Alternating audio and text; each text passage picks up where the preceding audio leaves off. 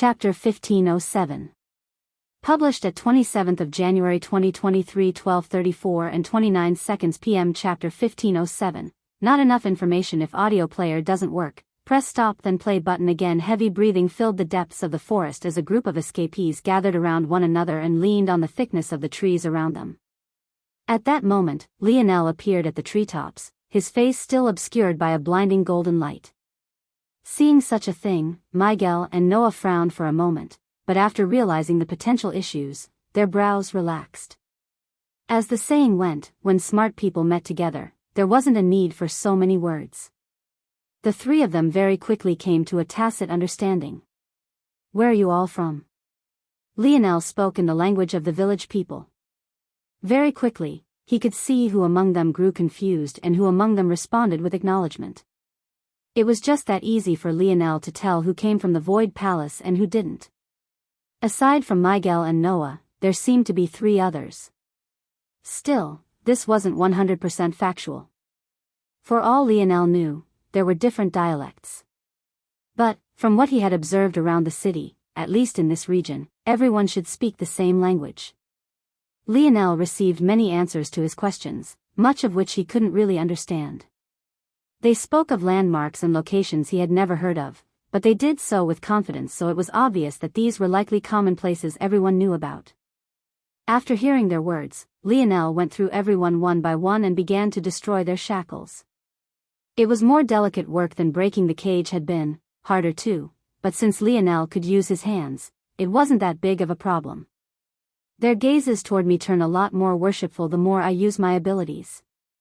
It seems like I was right about some stuff." Lionel could have shot more than one arrow of Scarlet Star Force, however, he had purposely chosen not to, his mind thinking of the old man that had tired out after using his ability just twice.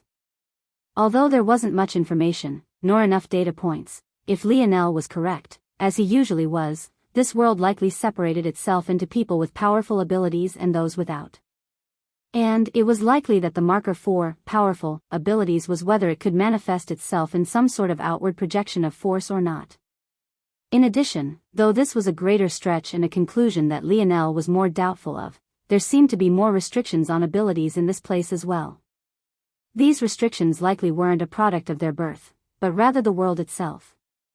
This place was more stifling than even a Pinnacle's seventh-dimensional world flooded with anarchic force. In such an environment, the suppression of ability indexes was also exceptional. N0. E. LBI. N. ET. If it wasn't for Lionel's ability strengthening in the Rapak's nest, even his own ability index would have fallen to tier 3 or even worse in this place, let alone the average person. As such, in a place like this one, those that could display powerful abilities were even rarer than they were back in Lionel's dimensional verse. And, as a result of this, there was an even clearer dividing line between the talented and untalented, even to the point there was slavery here. Still, this left more questions than answers. Where was this place? What point in history did it represent? The human domain didn't have such a powerful world anywhere. Could it be a snippet of the future? Was this a variant zone? It was possible. A variant zone appeared when a world was at a crossroads and it was a chance to turn things around for the better. But, a variant zone was also known for its low difficulty. What about this place was easy, exactly? And where were the rewards? Plus, a variant zone wouldn't be styled after a real world, at least not usually. It would be more like a challenge or a game, left behind by future generations who didn't like how things had turned out. This was why the only variant zone Lionel had ever heard of was found on terrain and entered by Aina. That wasn't to say that a variant zone couldn't be like this, but it wasn't the most efficient use of resources for a world likely on its last legs, to begin with. Then the only logical conclusion seemed to be that this was a zone not from the human domain, but another domain entirely. But in that case, why was it that everyone here was human? Even the powerhouses who ran the city seemed to also be human. From what Lionel had learned from Wise Star Order, it wasn't that humans didn't exist in other domains, it was rather that they were instead treated like second-class citizens. However, clearly, there were humans in power in this place. Unless there was another tier of overseers that Lionel hadn't seen and humans were actually selling their own to their other race overlords, This conclusion seemed unlikely as well. Then what was the truth? Quite frankly, Lionel had no idea. After freeing them all, Lionel was profusely thanked and he didn't stop any of them from leaving. However, he did take the opportunity to secretly tag some of them, tracking their location for a while both so that he could place a mental mark on the locations they spoke about and, for a more unfortunate reason. Once they were all gone, Lionel was left with just the Void Palace members, but he still wasn't quite sure if he should reveal his face just yet. If this was truly a hopeless situation, that would mean that this would essentially be their world now until they died. In that case, he couldn't trust anyone even if they were formerly from the Void Palace. Once despair sunk in, who knew what people would do? You five don't seem to be able to understand me? Lionel trusted in the genius of the Void Palace disciples. After so many days, he didn't believe that they wouldn't have picked up at least some of the language even if they lacked his processing speed. After several attempts, though, Noah eventually said something that left Lionel in silence. Body. Weak. No. Force. Lionel's eyes narrowed. What was going on? Chapter 1508. Published at 27th of January 2023 12:34 and 27 seconds p.m. Chapter 1508, touching? If audio player doesn't work, press stop then play button again. Was Noah trying to say that he couldn't use force? Honestly, while the group was running, Lionel had noted that they hadn't used force. Although Miguel had lost the speed branch after stepping past the snowy star owl lineage factor, Noah definitely still had it. It didn't make sense that he wouldn't try to multiply his speed as he ran. Lionel had thought that it was related to the chains wrapped around their bodies. After all, Earth had had force-blocking methods, so even though Lionel hadn't run into such a thing at higher dimensions, that didn't mean that they didn't exist. Maybe he had just been lucky to not stumble into such a thing. However, while Lionel had been destroying their bindings, other than the strength and power of the ores used to forge them, he didn't sense anything else about the chains. If they had been designed to block force, they would have resisted his Scarlet Star force a lot more and a lot better as well. Lionel's brows furrowed behind the mask of bright light that covered his face. He turned his attention toward the others and their reactions seemed to be similar. Even Miguel, who should have been close to if not the most talented among them, reacted in the same way. But, he should have known. Miguel and Noah should be equally as talented, actually. In fact, I wouldn't be surprised if Noah surpassed Miguel in the future with the setbacks the latter has faced. But for them both to be in this situation, Lionel felt like a headache was coming along. He thought he had finally gained some help and support, but instead, the people here were actually so weak. This was more than a little troublesome. He couldn't understand what was happening no matter how he racked his brain.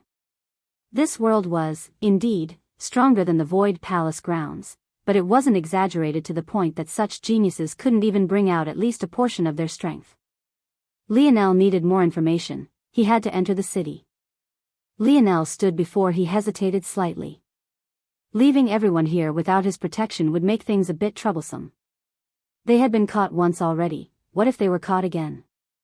Clearly, they didn't have the strength to protect themselves. No, that wasn't exactly true.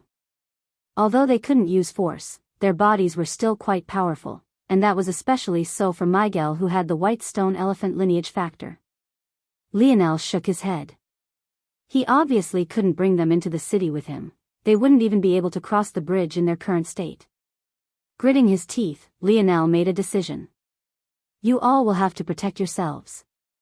Stick together, there is power in numbers. Head in, Lionel explained how to get to the village. Although he wasn't completely certain, he believed that the villagers would take them in. He hadn't spent much time there, but what he did know was that the village was in need of helping hands. If they had more hunters, their lives would be easier. Plus, Lionel would also have a method of finding them faster. After he was finished, he gave a small signal to Miguel and Noah, both of whom understood. They were grown men, after all. Even if Lionel wanted to coddle them, they wouldn't allow it to happen. Their pride ran deep. They had been caught once but they wouldn't allow it to happen again. Plus, they realized the gravity of the situation. Lionel was like a light at the end of the tunnel, but if there were really so few of them who could use their force, what chance did they stand of getting out alive? This might be a world, but it wasn't their world. And, even if they forced themselves to feel comfortable here, what of the human race? What would they do without them? Weren't they meant to be the protectors of the human domain? The frontline warriors? How could they not do everything in their power to return? And, even if they could forget their duty and stay here indefinitely, they were geniuses. They were used to wielding power and authority. How could they settle for being the bottom rung of society? Lionel turned and left, the group watching as his back disappeared with clenched fists. Noah rose to his feet, his emperor's might flickering in his eyes with a dense green. In the past, it had been able to blanket his surroundings in an oppressive pressure. But now, it was like a caged dragon, continuously ramming against its cage to no avail. Let's go, everyone. Lionel appeared by the edge of the abyss once again. The commotion had yet to die down and there were several more overseers in the region. Some had surrounded their dead companion's body, others were still discussing how to capture Lionel and his friends, while there was another group that Lionel was sure had likely already set off on a hunt. Still, despite this, Lionel acted as though nothing special was going on, strolling forward until he was eventually stopped. Halt! Lionel, who had spent hours observing the city, was already long since prepared. His hand flashed with bronze runes and he smacked the hand of the overseer away. His actions were so abrupt and powerful that a resounding clap sounded through the atmosphere followed by the crack of bone. Who the hell do you think you're touching? The overseer who had tried to stop Lionel had been reaching a hand for Lionel's chest and definitely hadn't expected such a thing to happen at all. However, he only paused for a moment before he grabbed his hand in agony, falling to the ground as he sucked in a cold breath. With the influx of overseers in the region, not all of them were as powerful as the one Lionel had killed. Realizing this, Lionel had purposely aimed for one he was certain he could handle, teaching him a swift and savage lesson. Without another word, he walked toward the chains and hopped on. Chapter 1509. Published at 27th of January 2023 12:34 and 25 seconds p.m. Chapter 1509. Shameless. If audio player doesn't work, press stop then play button again. The overseers looked over to see their companion on the floor, but none of them moved to do anything. In fact, some of them shook their head and sneered. Rookies. As an overseer, you had a great deal of authority, but you required the strength to enact it first. If you targeted the wrong person, well, this would be your outcome.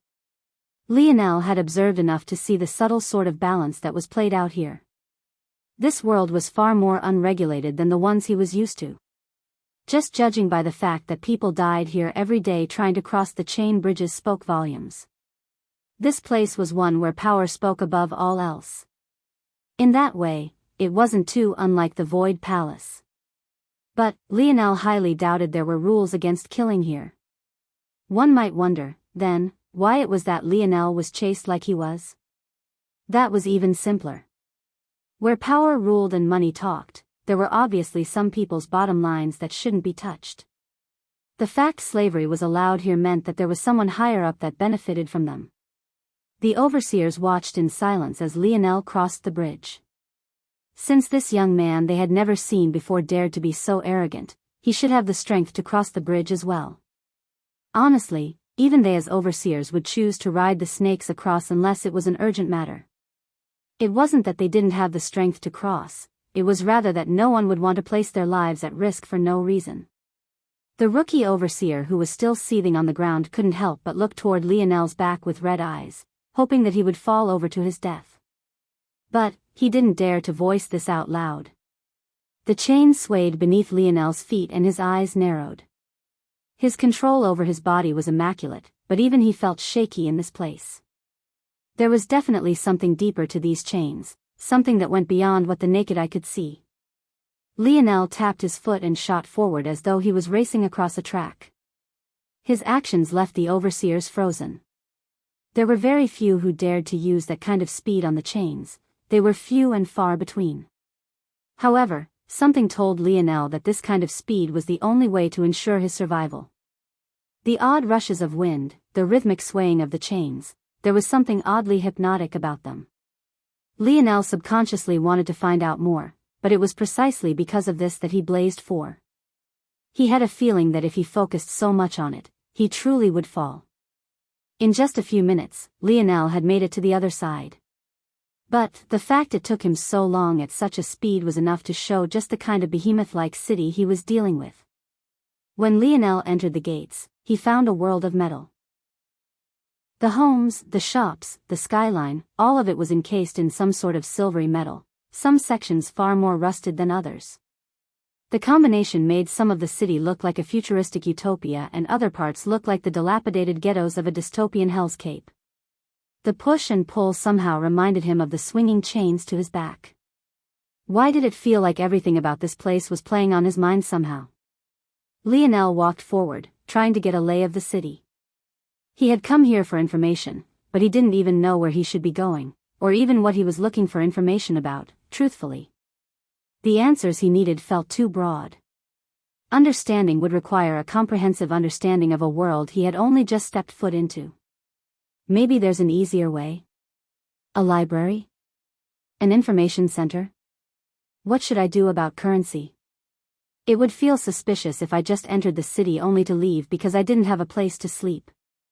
After observing the city for a while, there seemed to be a lot of people who enter, but those that left were far fewer and didn't seem to be the same individuals either. Lionel shook his head. I should have extorted that overseer for some cash. It didn't take long for Lionel to learn about the currency system. He just needed to casually observe some shops for a bit. The currency system this city used was coin-based. Oddly enough, though, these coins seemed to flicker with their own light as though there was a universe of stars hidden within them. Lionel was entirely certain he would have to personally inspect them to see what was so special. Luckily, there were many who entered the city like Lionel who were looking for jobs and money. It didn't take long before Lionel found a job center, with a long lineup outside. Unfortunately, while Lionel could speak the language, he couldn't read it, so it had taken him longer to find this place than he cared to admit. But, after reading so many signs and posters, and cross-referencing with the services they gave, he was slowly building a database of their alphabet as well. What job would you like? An uninterested voice came from the counter. The middle-aged woman behind it had already sunk into the monotony of her life and job, so she wasn't very eager to show any enthusiasm. Lionel was a bit embarrassed because he could read the postings very well. So, instead of taking such a route, he decided to be a bit shameless. Good afternoon, gorgeous. How about you help me out a bit? I need a job that is easy and high-paying. Do you have one? Lionel leaned forward, whispering so that only the woman behind the rusted metal counter could hear him. The woman was quite used to such asks, so she looked up, still uninterested. Until, that is, she met Lionel's eyes. Something about their pale violet drew her in. What beautiful eyes. Chapter 1510. Published at 27th of January 2023 12:34 and 24 seconds p.m. Chapter 1510. Bunny, if audio player doesn't work, press stop then play button again. Lionel smiled as he strolled away from the counter, his mission successful. However, he soon cleared his throat and put on a semi-serious expression. He would have to take this to his grave. He definitely couldn't let Aina know he was selling himself like that. He couldn't appear to be so cheap, his body was sacred. Lionel looked down at the permit in his hands, oriented himself, and began to walk forward. Truthfully, he was a bit worried about what he had gotten himself into. A job that was both easy and high-paying didn't come so freely, as ironic as it might sound. And, remembering that knowing, coy smile the middle-aged woman had given him, Lionel could only shake his head. But, this was the best option he had. He could take a laborer's job, but if his head was stuck in a mine or an oil rig all day, how would he find the information he needed? No matter what world you were in, information was the resource of the strong and powerful. In that case, Lionel could only aim for the very top.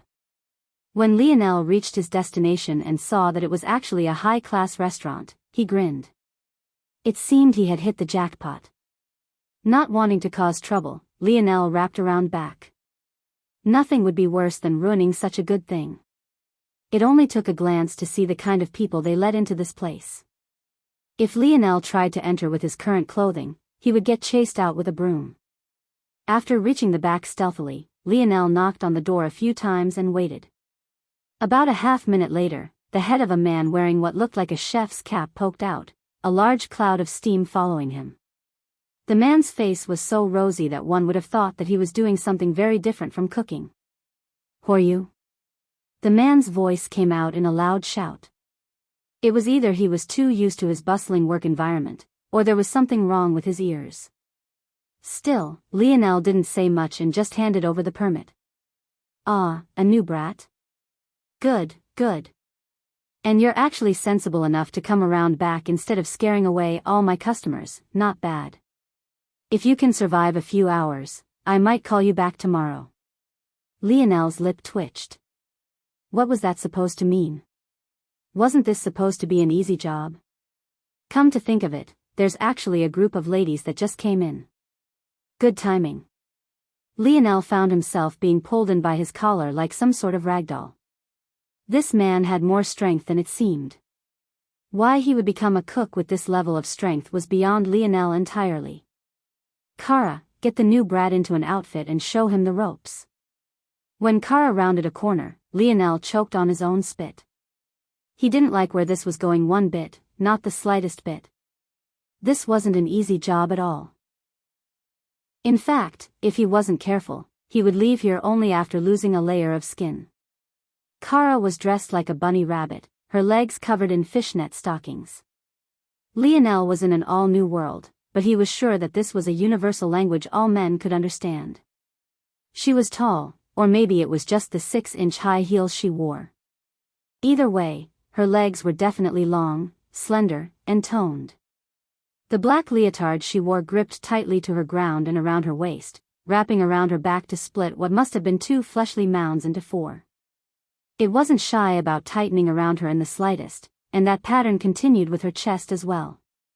Kara was definitely a world-class beauty, but her outfit only made it all the more exaggerated. And, like a finishing touch, her fake bunny ears actually moved along with her eyebrows as though they were real. Kara must have thought that Lionel was ogling her by this point, but the truth was that Lionel never really reacted to women outside of Aina, even if they were objectively just as beautiful. Though, in this case, Kara was actually a tick below. What Lionel was really reacting to was the realization of what he had gotten himself into. He wanted to shed tears, but it was already too late. That middle-aged woman had really taken nice care of him. "All right, come. My customers are waiting, I only have a few minutes." Kara pulled Lionel along toward the back of the kitchen and dragged him into the workers' change room and office. Without a care for Lionel's gaze, she turned her back to him and pulled down her leotard to her belly button, revealing a beautiful back view. Then, she reached into her locker. With one hand, she pulled off a pair of nipple pasties, and with the other, she replaced them with a new, less sweaty pair, before pulling her leotard back up. She took no more than a few seconds to finish. Once she was done, she went to the only desk in the room and pulled open a drawer, taking out a new uniform. This is the uniform for the male workers. Most of them can't hack it, and those that can are usually chased away by the customers. Those women have pretty high standards, but judging by your looks, you should pass with flying colors. The only question is how entertaining you can be. Female customers are more difficult to please than male customers are, so you'll need to work harder. Think of a routine, or find something interesting to chat about. Remember the rules, though. They're a bit different for male hosts. Touching can only be initiated by the customer. All forms of sex are not allowed within the walls of the restaurant. And, above all else, the customer's pleasure comes first. Lionel caught the uniform Kara threw over and watched her sway out. He stood in silence for a long time, not knowing what to think. Fuck. Chapter 1511. Published at 27th of January 2023 12:34 and 23 seconds p.m. Chapter 1511. Bonus. If audio player doesn't work, press stop then play button again. Bonus chapter for 5,250 golden tickets. next at 67.50. Fallen Apostle Volume 2 pre-order is live. Information in author's note below, smiley face. Lionel sighed. All things considered, this sort of place really was the best to use to gather information. A gathering of noble and rich people, all a little too drunk to always act in their best judgment, this was the perfect place. Forgive me, Aina, this is for the greater good, I swear. Lionel stripped and began to put on his uniform. When he saw what it was, he sighed a breath of relief. At least it wasn't too outrageous. He had been expecting the worst, skin-tight Speedos, oil, and maybe a pair of bunny ears for himself, the works. Luckily, it wasn't that exaggerated. The pants were a pair of dress pants. Though they were a bit tight, it wasn't too bad. Lionel was just surprised that they actually had a set tall enough for him. The shoes matched the pants quite well. Lionel slipped them on and then clipped on the suspenders to the pants. As for the shirt, I knew it was too good to be true. Lionel looked up toward the ceiling. There was no shirt. Lionel weakly put on the bow tie, his eyes threatening to flood with tears. Then, without a choice, he stepped outside. The steam of the kitchen assaulted him once again, only making matters worse. With this moisture clinging to him now, he might as well have lathered himself in oil too. Oh, who would have thought? You actually had quite the frame under there, huh? The chef, who Lionel had realized by now people called Chef Luca, laughed when he saw Lionel's appearance, nodding to himself. While he spoke, several of the female cooks couldn't help but look over as well, twice, even. Lionel's metal body definitely did him several servers. Whether it was vascularity or muscle definition, he didn't lack any of it. Plus, he also wasn't overly large and could even be considered to be quite slender. He truly did have a lethal attraction to a certain demographic, and it only made it better than his face was quite handsome as well. Just when Lionel was going to respond, another bunny lady poked her head in. Chef Luca, VIP 3 is still clamoring. You said the newbie would be ready soon. Chef Luca slapped Lionel on the back, nearly sending him sprawling forward. Yup, the kid's right here.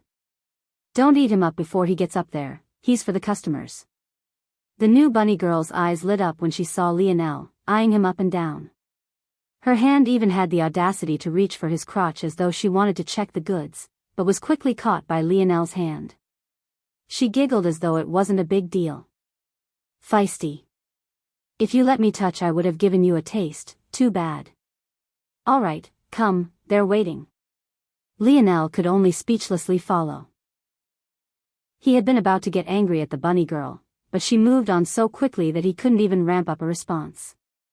It was either she really didn't take it to heart, or she was also too good with certain kinds of social interactions. When Lionel stepped out of the kitchen, he was hit with a wall of sensory information. The first floor was quite bustling. Waiters dressed in skimpy clothing glided in and out of the kitchen, customers shouting out their orders or demands, and in the background, an odd music that seemed a cross between rock, jazz and hip-hop played. There weren't very many women on the first floor at all. In fact, the only women were the waiters and all the customers seemed to be men. However, as Lionel traveled up the stairs, he could see more female customers, usually hidden behind doors. It seemed that even in this world, women were more secretive about this kind of stuff. Though, Lionel was a bit baffled that this was a co-ed sort of place. Usually, such gentlemen and women's clubs were for one gender or the other. Hey race VIP room 3. Go get 'em tiger. Lionel was unceremoniously kicked into the room. He even felt that it was a bit of payback for snubbing her earlier, something that was confirmed when he heard her voice from the other side. If you survive this, handsome, I just might forgive you. My name is Amory, by the way. Amory's giggles faded as Lionel turned his attention to the room before him, the sliding door closing to his back. Lionel had expected a similar sort of reaction to what he had received outside. He assumed that women who came here were quite eager and forward. Plus, Amory had even described them as clamoring. But, when he actually saw the state of the room and its guests, he didn't even know what to say. There were 4 pairs of cold eyes staring back at him, each colder and more frigid than the last. Of course, each of them was also paired with the face of a beauty. Or, maybe that was more surprising than expected.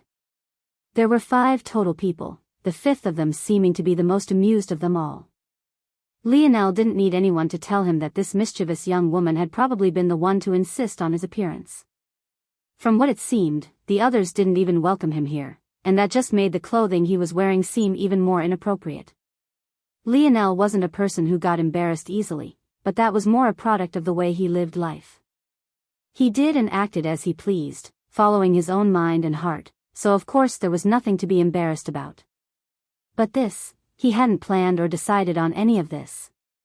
To make matters worse, of the 5 women, only 2 were the young age of the mischievous woman. Of the other 3, 1 looked to be over 50 years old, while the other 2 seemed to be in their late 30s to 40s. Of course, this wasn't their real age and they were likely much older. But, as a person of Earth, Lionel had gotten used to judging people like this. At that moment, a flicker of killing intent flashed within the eyes of one of the 2 middle-aged women and Lionel's heart skipped a beat. It seemed he had really gotten stuck in something ridiculous this time.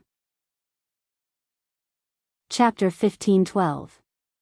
Published at 27th of January 2023 12:34 and 21 seconds p.m. Chapter 1512. Off guard if audio player doesn't work. Press stop then play button again. It didn't take a genius to understand what the problem was. Reputation was a woman's currency in worlds like this. Or, more accurately, this sort of reputation in specific. The young woman might have thought that this was a funny joke to play on her elders, but clearly she hadn't thought of the fact that doing such a thing put Lionel in danger. These women were all of high status and the pressure they gave Lionel was not small. They made the burly man and even Chef Luca look like jokes. Lionel had no doubt that if they wanted to kill him, or at least someone in the 5th dimension like himself, it would be a simple matter. These women had likely not even known what kind of establishment this was before they came, only deciding to dine here at the poking and prodding of the woman. And now Lionel was stuck in the middle of this mess. In their eyes, the easiest thing to do would just be to kill Lionel and be done with it. As for the young woman, at worst she would get a light reprimand. The fact that she had dared to do this in the first place reeked of coddling. This young woman had definitely been doted on and spoiled all her life. But, at the end of the day, Lionel wasn't a normal person. The hint of killing intent he had sensed was all it took to flush the embarrassment out of his system, his own gaze even flashing with its own coldness for a moment as he stood straight. However, as quickly as the coldness had appeared, catching the oldest woman of them off guard, it vanished. This older woman was the only one to have shown killing intent, but that didn't mean the others wouldn't have caught on quickly. It was just that this woman was the most experienced of them and understood the magnitude of the situation very quickly, so much so that she was ready to act almost instantly. Clearly, given her strength, Lionel's own thinking speed might actually be inferior to hers. That said, that didn't mean that Lionel's reaction would be slow. Just when the coldness in his eyes vanished, he revealed a bright smile. Taking a step toward the table, he did something that left the women speechless. Lionel picked up a large pitcher of water, raised it high, and poured it. This much would have been fine if his aim was a cup, but to the horror of the women, he poured the water toward the head of the mischievous young woman who had caused all of this to begin with. The young woman squealed, expecting a splash of water to drench her through. The other women were so caught off guard by the happenings that they, too, didn't know how to react. Was this young man crazy? Did they scare him so much that he lost his wits? Despite having the strength to dodge the water quite easily, as Lionel had deduced, this young woman had been coddled all her life. If even her seniors couldn't react to such a ridiculous situation, how could she? She ducked and covered her head with her hands, her speed actually fast enough for Lionel to raise an internal eyebrow. Other than this, though, Lionel was quite calm. In fact, he was sighing a breath of relief.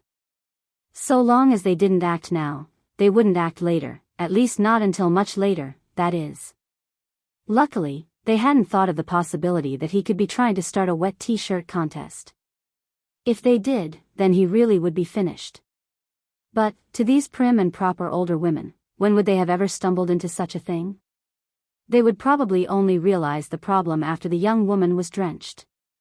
That said, Lionel never had any intention of actually doing that.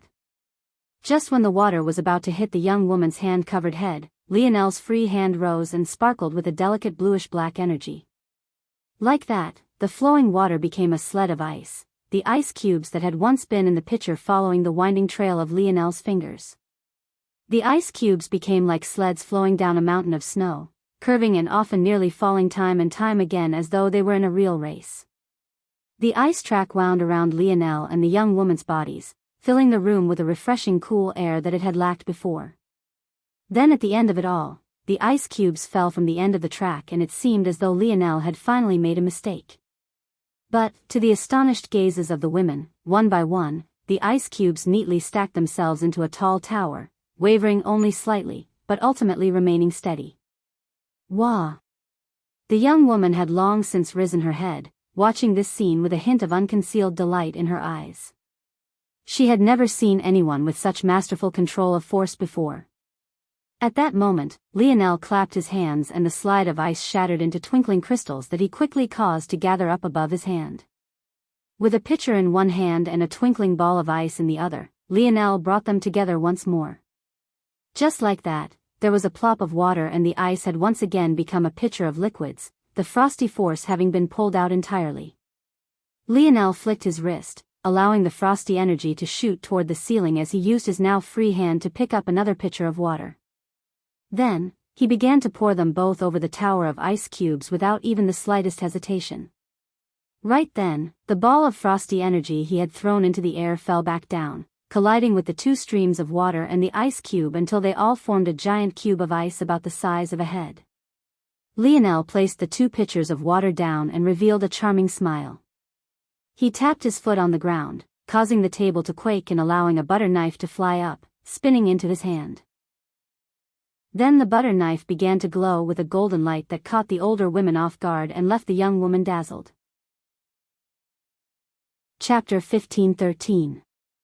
Published at 27th of January 2023, 12:34 and 22 p.m. Chapter 1513. Which path?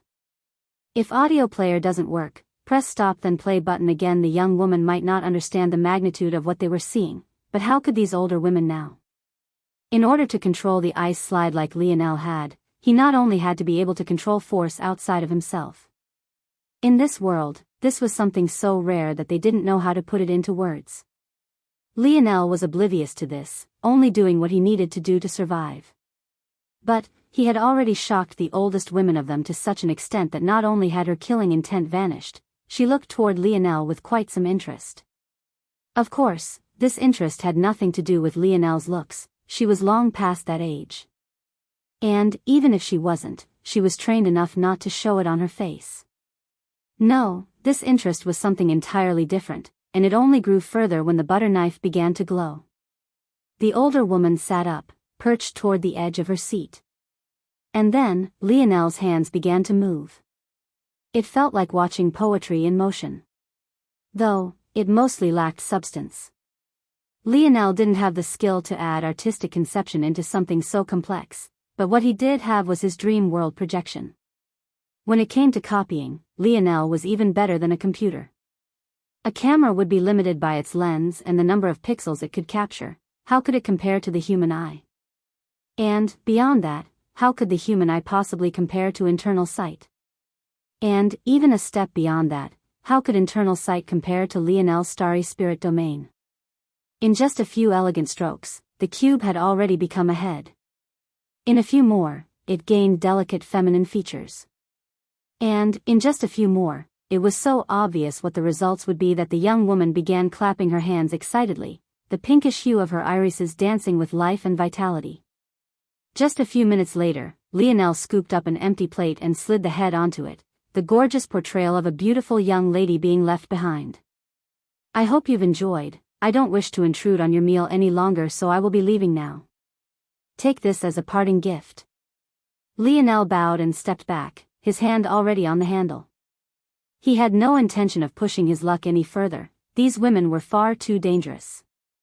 He was relieved that he had managed to get so far and thanked himself for his quick thinking. But, considering his style of dress, things could quickly get ambiguous if he stayed any longer. Plus, these women probably wanted him to leave sooner rather than later in order to avoid misunderstandings. He could be considered to have done his job. The young woman pouted, but she didn't say much. It seemed that she also knew that she had pushed this prank of hers a little too far this time, and since Lionel had already done his job and given her such a nice show, she might as well let him go. However, what Lionel didn't expect was for him to be stopped. "Hold on a moment, lad." The old woman had quite a soothing voice, though hints of age and hoarseness could be heard within. Just looking at her, it wasn't difficult to accept that she had once been an astounding beauty in her youth, and she retained much of that even now though she looked to be in her 50s. "Yes, ma'am?" Lionel asked politely. "Have a seat. This old woman would like to ask you some questions." Lionel coughed lightly. Had he heard correctly? Him? Have a seat? What was going on here, exactly? He didn't sense any killing intent, but quite frankly, he would prefer if he could just leave now. He wouldn't be able to relax around these people and his senses were constantly primed. Still, without much of a choice, Lionel could only pull up a chair and sit, lamenting for the 100th time about his lack of a shirt. But, by this point, the old woman didn't seem to care. The others, though, also seemed to be curious about what was happening. "What is your name?" "Lionel Morales." "Oh. You have a last name?" Lionel inwardly swore. Did this world have such customs? In some cultures he had studied, a last name was mostly something the nobility had. Usually, the commoners would only have their first name and nothing else. In such a society, last names were either bestowed by royalty or passed down through the lineage. This was why, often, being stricken from a family record had such a heavy negative connotation. It was akin to stripping your name from you. Of course, Lionel had always had the Morales name, so he didn't care much for the Luxnick's name. But, the picture was clear enough. Lionel's mind jumped into overdrive, trying to figure a way out of this situation. But, he knew that this old woman's thinking speed might very well be beyond his own, so he could wait too long or his lie would seem obvious. Luckily, the old woman had likely already gauged his strength and would give a small grace to him for his assumed weakness. It wasn't long before Lionel made a decision and his gaze flashed with a cold light the old woman easily caught. From what he had observed in this world, there was a lot of butting heads and strife. He also felt that the secret to the abyss was deeper than he knew. In that case, yes. That was Lionel's response, simple and to the point. And yet, it seemed to be exactly what the old woman wanted to see and hear. She nodded in understanding, her gaze seeming to soften somewhat. However, this reaction only made her next words all the more hypocritical. "I see. Then what I'm asking of you now might be difficult for you to accept, but in your current situation, it's the only out I will allow you. Join my oligarch family or die. Which path do you choose?" Chapter 1514. Published at 27th of January 2023 12:34 and 19 seconds p.m. Chapter 1514. We leave if audio player doesn't work. Press stop then play button again. Lionel's expression grew frigid, and this time, he didn't bother to conceal it. Before, it had been an act. He wanted the old woman to believe that he was indeed from a family with a last name, but also imply that this family had been destroyed. Lionel had made a bet that in a world like this one, such a thing wasn't rare at all. In fact, he wouldn't be surprised if in every city like this one, there was a constant overturning of the big shots. Just from walking the streets, he had sensed the division of power and the tension, and just by the fact this old woman's first instinct was to kill him rather than shoo him away, spoke volumes. This old woman was a veteran of this world, she had definitely seen a lot. Just reading her disposition and inclinations told Lionel all he needed to know. So, he assumed the identity of the final heir to a destroyed family. But, that was exactly why this old woman's ask of him was so disrespectful. Her words were very precise. She asked him to join her family and even named them for extra emphasis. She didn't ask him to work for her family, she didn't ask him to become a retainer or one of their guards, she asked him to join. She was asking the last member of a dead family to discard their duty and their name to become her little pet project. Put as bluntly as possible, she wanted Lionel to discard the Morales name and become an oligarch. This was something far worse than a slap to the face. She might as well have dug up his ancestors' graves and given each one of them one too. Despite seeing Lionel's expression, the old woman seemed unhurried and unbothered, even taking a sip of the tea she had before her until she realized that Lionel's little performance had actually taken the heat off quite a bit. Unfortunately, this small victory wasn't enough to do much for Lionel.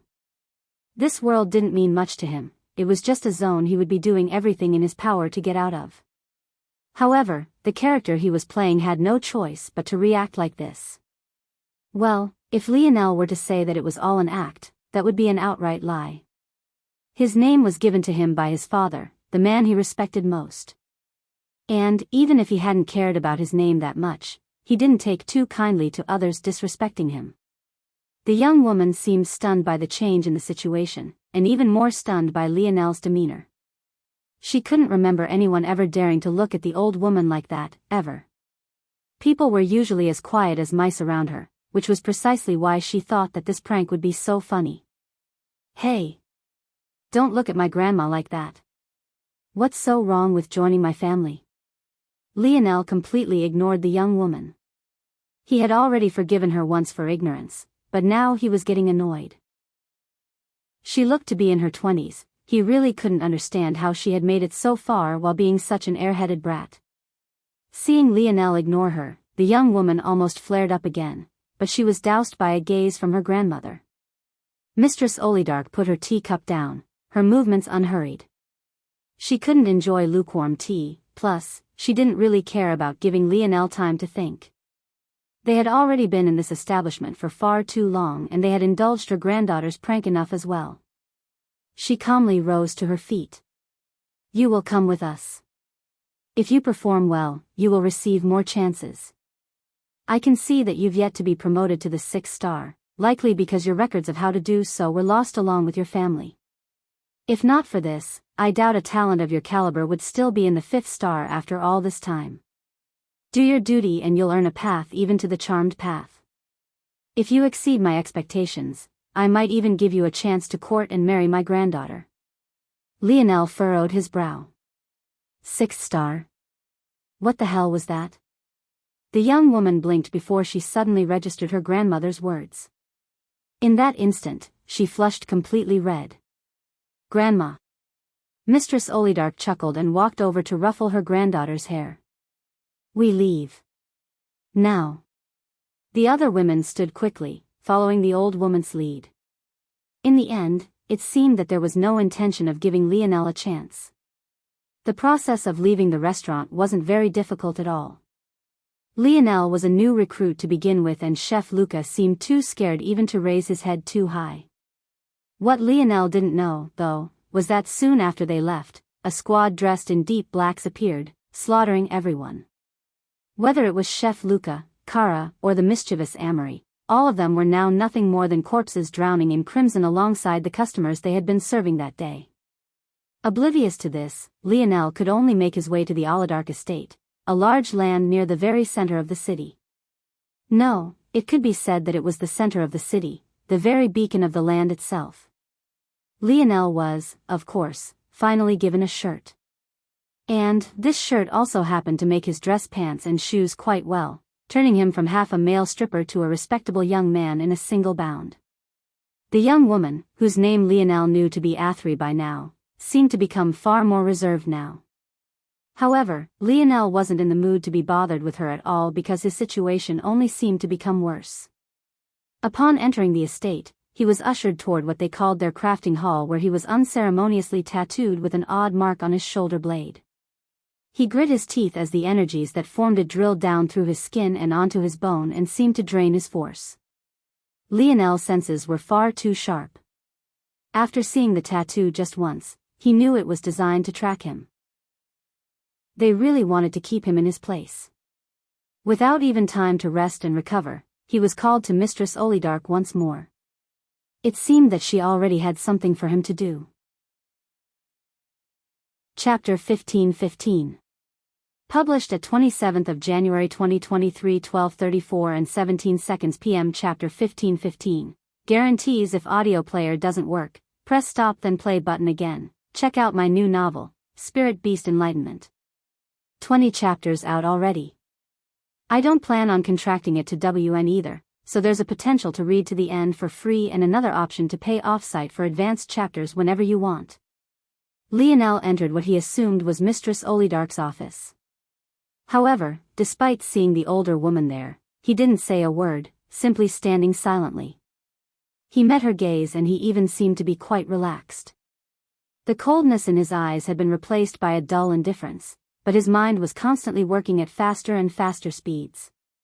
He took in everything, sorted them, and then filed them away for a later date.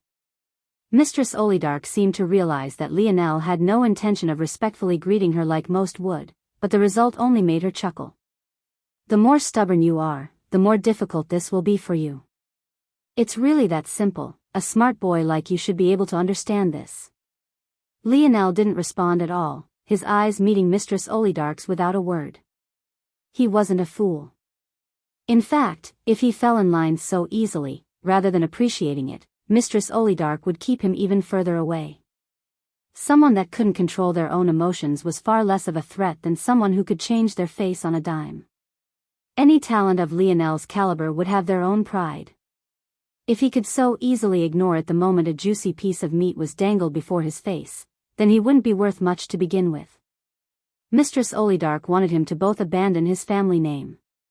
And, to add insult to injury, she even said that the ultimate reward would be marrying her daughter. Setting aside the fact that Lionel had Aina and that brain-dead girl would drive him to an early death, what kind of man would want to marry into his wife's family? To become a live-in son-in-law? And that was supposed to be the ultimate reward?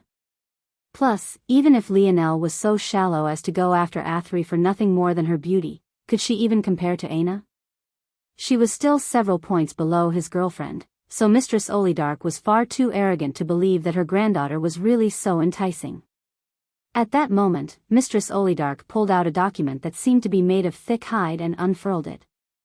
On it, there were many words, a lot of which Lionel had already begun to understand now. He had about a 40% grasp of reading this language.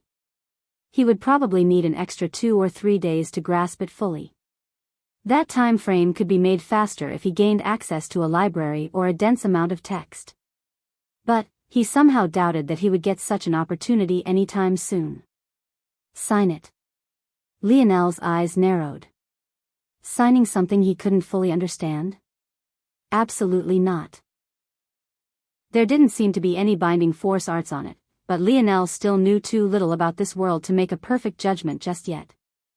He felt that he was sensitive enough to pick up on such things, but he also had no idea what sort of abilities someone as powerful as this old woman might have. Plus, he didn't know what her ability index was either, and the abilities of this world seemed far different from the ones he had gotten used to, so he was currently in no man's land. For all he knew, she could bind him for life with this signature. However, after thinking to this point, Lionel calmed. If that was what this signature was for, then what would have been the point of the tattoo on his back? It made little sense to do both if one was so binding. Secondly, this might be an opportunity. Lionel remained unmoving, he didn't even glance at the outstretched pen. As time passed in silence, Mistress Olidark's light smile became colder and colder. This Lionel was truly testing her patience. It seems that if I don't teach you a lesson, you'll believe that you're truly unbendable, The pen flew forward with a flick of Mistress Olidark's fingers, a pressure exuding from it that made it impossible for Lionel to move. However, even with this being the case, Lionel never had the intention of moving in the first place. He stared at the flying pen. The moment it entered the current 6-inch range of his starry spirit domain, he had already pinpointed exactly where it would land and exactly how much damage it could do. Without even hesitating, he used dream sense, cutting off the nerves in the area from sending any signals to his mind. The pen seemed to be aimed right for his throat, but it veered away at the last moment, piercing right through his collarbone and splitting the bone in two. Mistress Olidark had expected Lionel to show a hint of when the pen aimed for his throat, and then fall in pain once his bone broke. However, he didn't even flinch. His gaze never left her eyes, staring her down as though he wanted to see if she would actually dare. The pen snapped back, ripping out of Lionel's collarbone and back into Mistress Olidark's hand. Blood dripped from the end, a pitter-patter sound echoing through the room as it fell onto the parchment paper. "If you want me to sign anything," Lionel started coldly, "then there had better be guarantees.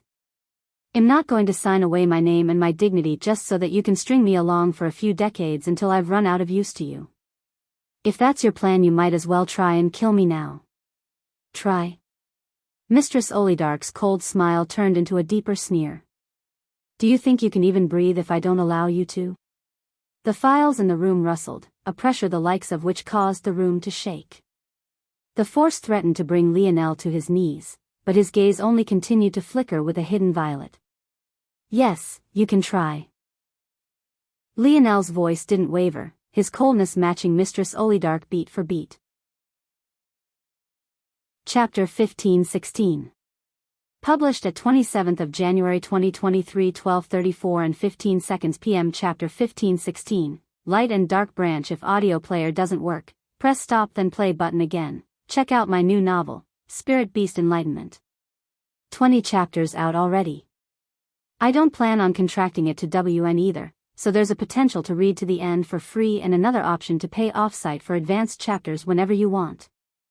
Some time later, Mistress Olidark sat in her room alone, calmly stacking papers. At that moment, a seemingly insignificant shadow in the corner moved and morphed into a person. "Is it done?" Mistress Olidark asked. "You shouldn't have allowed his leash to be so long, you will regret it," the figure cloaked in black spoke. "Too long. Maybe it isn't long enough. He isn't useful to me as he is now. He won't even defeat even the weakest of all the live-in son-in-laws I've collected, let alone becoming the strongest of them. If I don't allow him some free rein, I might as well just kill him now like he said." "Then let me kill him, you've given him too much. His benefits are even better than an elder's. Free access to all of our techniques and cultivation methods was a bridge much too far." Mistress Olidark chuckled. "If you were in the 5th star right now and I stripped you of all the knowledge you had ever learned past that point, and then I gave you access to all the knowledge I have now, how long would it take you to be able to threaten me?" The figure fell into silence. "My level isn't one you can reach even if you have all the resources in the world, at least not with 100% certainty. At best, you would have a slightly better chance than most. And, even if the certainty was 100%, how long would it take you? 5 decades? A century? Even for my husband, it took at least this long, let alone for a brat who's already past his prime age for reaching the 6th star. Then you want him to be your spearhead? I want those who've forgotten the name Olidark only because my husband and my son-in-law have been gone for a decade to remember it. Aside from Sebastian and Slayton, the others I've brought into the family are far too lacking, and even those two aren't good enough. This family needs a man. You believe that he is a better option than those two?" The figure seemed somewhat surprised. It was rare for a person like them to show any sort of emotion at all, so just this little bit might as well have been the equivalent of an avalanche to anyone else. "Maybe, I'm still unsure. If what he's shown is all he has, then no. But if the answer is no, then giving him such a long leash is even less of a worry. But if I'm correct, and the answer is instead yes, then it's because he has something much deeper within him that I'm quite interested in. If this is your plan, then I assume you plan to use the ancestors' altar when the time comes. Are you sure you want to subject Athri to a life of marriage with a puppet?" Mistress Olidark shook her head. "That little girl has grown up too spoiled because she has no real talent of her own. Her only use is the Olidark blood that runs through her veins. With a talented husband, she might be able to produce an heir worthy of our family name. To do so is her duty. This life that she gets to live is built off the backs of the talents of the previous generations. She will also have to sacrifice something if she wants to be so carefree." The figure nodded. In fact, it didn't seem to actually care about Athri at all, it just wanted to hear exactly this response. The Olidark family was split into the light branch and the dark branch. The light branch was currently headed by Mistress Olidark while the dark branch was headed by the figure. They were both of the same family that had split many generations ago. In order to survive for as long as they had, a family needed a group of individuals with just as much vested interest in their success, who also happened to be willing to do the dirty work, and that was where the dark branch came into play. The truth was that the only ones who even knew of the existence of the dark branch were very select members of the light branch. This secret was one that was passed down in silence from generation to generation. Before, the figure had questions about whether their mistress would be strong-hearted enough to do what needed to be done. If the answer was no, then as they had done before, the dark branch would have to remove her and allow a branch family to come into their own. But the figure was very satisfied with the mistress' response. This was the character an Olidark should have. It was fine if the light branch had weakened somewhat. It couldn't be helped, the summons of those people could not be ignored, and it wasn't yet confirmed whether or not the former patriarch and their family's son-in-law had died yet.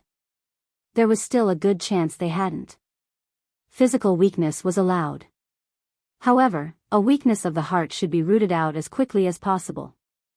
In fact, it was also because of this that the figure didn't oppose the long leash Lionel was given either.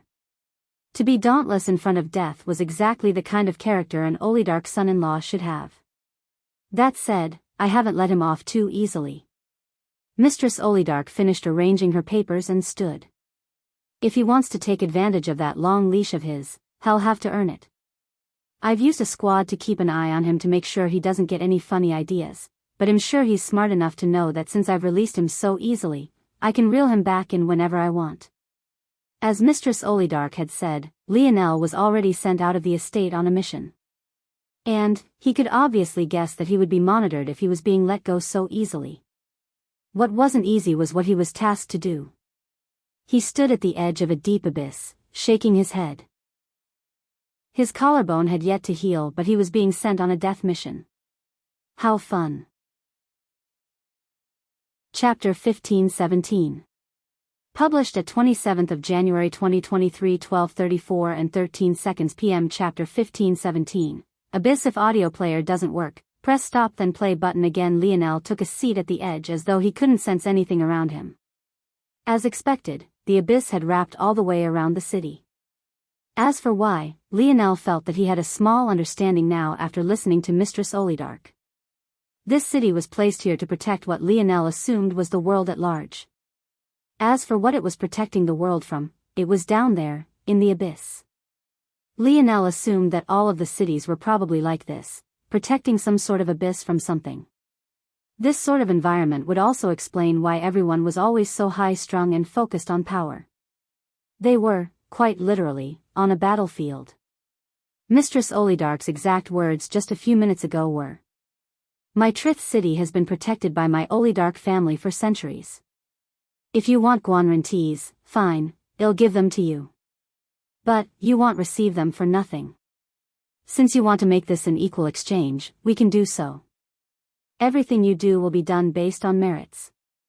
You will be constantly monitored and your performance will dictate how much you receive.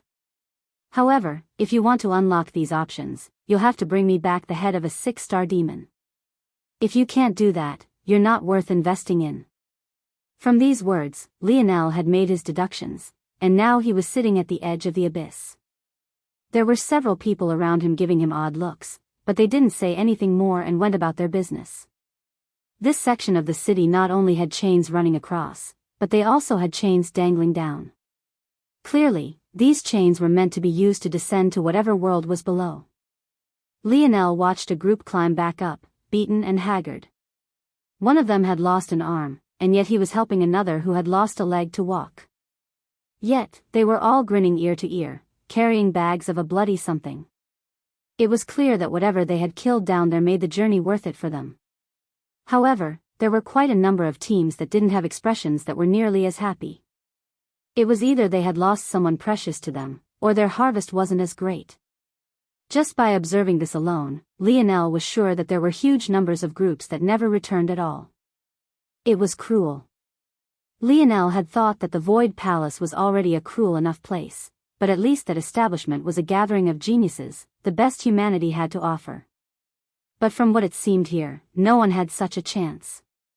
The entire world was the front line when the enemies were right beneath your feet. It was a sobering thought, and it almost helped Lionel to understand Mistress Olidark's forcefulness. With such pressure constantly weighing down on you, how could you always worry about doing what was morally upright? Lionel himself had been grappling with this problem ever since he stepped foot into the dimensional verse, and yet his problems weren't nearly as severe as this. Or so it seemed. Lionel touched his collarbone. It was still very tender. His passive healing factor had done quite some work, but it wasn't enough. Of course, he could use, but he didn't want the Olidark family to know he had a trump card. If he could help it, he would only use what he had already shown them, his water force affinity and his spear force. He knew that he was likely being followed or monitored, he just didn't know how. So, he had to be cautious.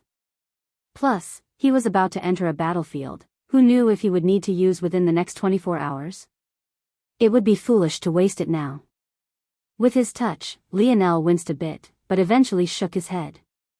Freezing his collarbone now would actually make him heal more slowly. So, since he was about 20% healed, he might as well go now. Luckily, his collarbone was cracked to one side, so it was still manageable to use one arm even though it stung a bit. After making his decision, Lionel hopped down, his feet gliding along the chains. With every tap, he would slow down tremendously. But the light around him only seemed to dim faster and faster. It was at a rate that didn't make very much sense, but the dark force in the surroundings only multiplied. That odd feeling Lionel had experienced before came back, trying to lull his mind into an odd trance-like state. But, in return, he only went faster and faster, focusing his mind more. Lionel had no idea how long he had fallen for. He was so focused on not losing his mind that his sense of time distorted. There was an odd coercive force in this place that was placing pressure even on his mind. Toward this, his frown could only deepen. Is this anarchic force? Why does it feel so much more powerful? Lionel exhaled a breath, his brow furrowing. The anarchic force he knew could eat away at his force, but it mostly left his mind alone. This force seemed to be able to do both, attacking his body and mind simultaneously. Just when Lionel was wondering if he should climb back up to regroup, the stars in his ethereal glabella rotated, cleansing away the force that attacked his mind and catching Lionel off guard. It had such an ability. Lionel was a bit stunned. If this was really anarchic force, nothing should be able to just wipe it away like that. What was happening? Lionel's feet suddenly hit solid ground. Caught off guard, his knees bent somewhat awkwardly, but he managed to catch himself. Lionel frowned. Looking around, it felt like everything was dark, his eyes could hardly see anything. He couldn't even see the chain that had been by the side of his own as he descended. After walking forward, Lionel's expression changed. The chain actually wasn't there at all. It was like the two chains had transported people to completely different regions despite being right next to one another. Just when Lionel was going to mark the location of his own chain so he didn't lose track of it, the growl of a beast licked at his shoulder and neck. Chapter 15:18. Published at 27th of January 2023 12:34 and 12 seconds p.m. Chapter 15:18. Demon World. If audio player doesn't work, press stop then play button again. Lionel's expression went cold, his body flickering. Even without relying on his ethereal star force, the speed he could tap into with his body alone was far beyond what most could match.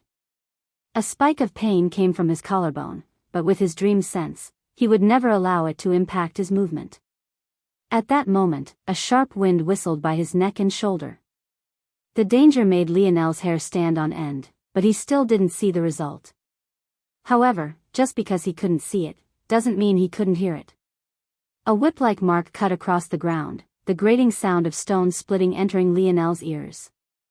Lionel tapped his foot on the ground, his speed accelerating once more as his palm flipped over to reveal his chain domain spear. In that moment, an absolute domain formed around him. His spear force acted like it had a mind of its own, springing to light like a flashbang of gold.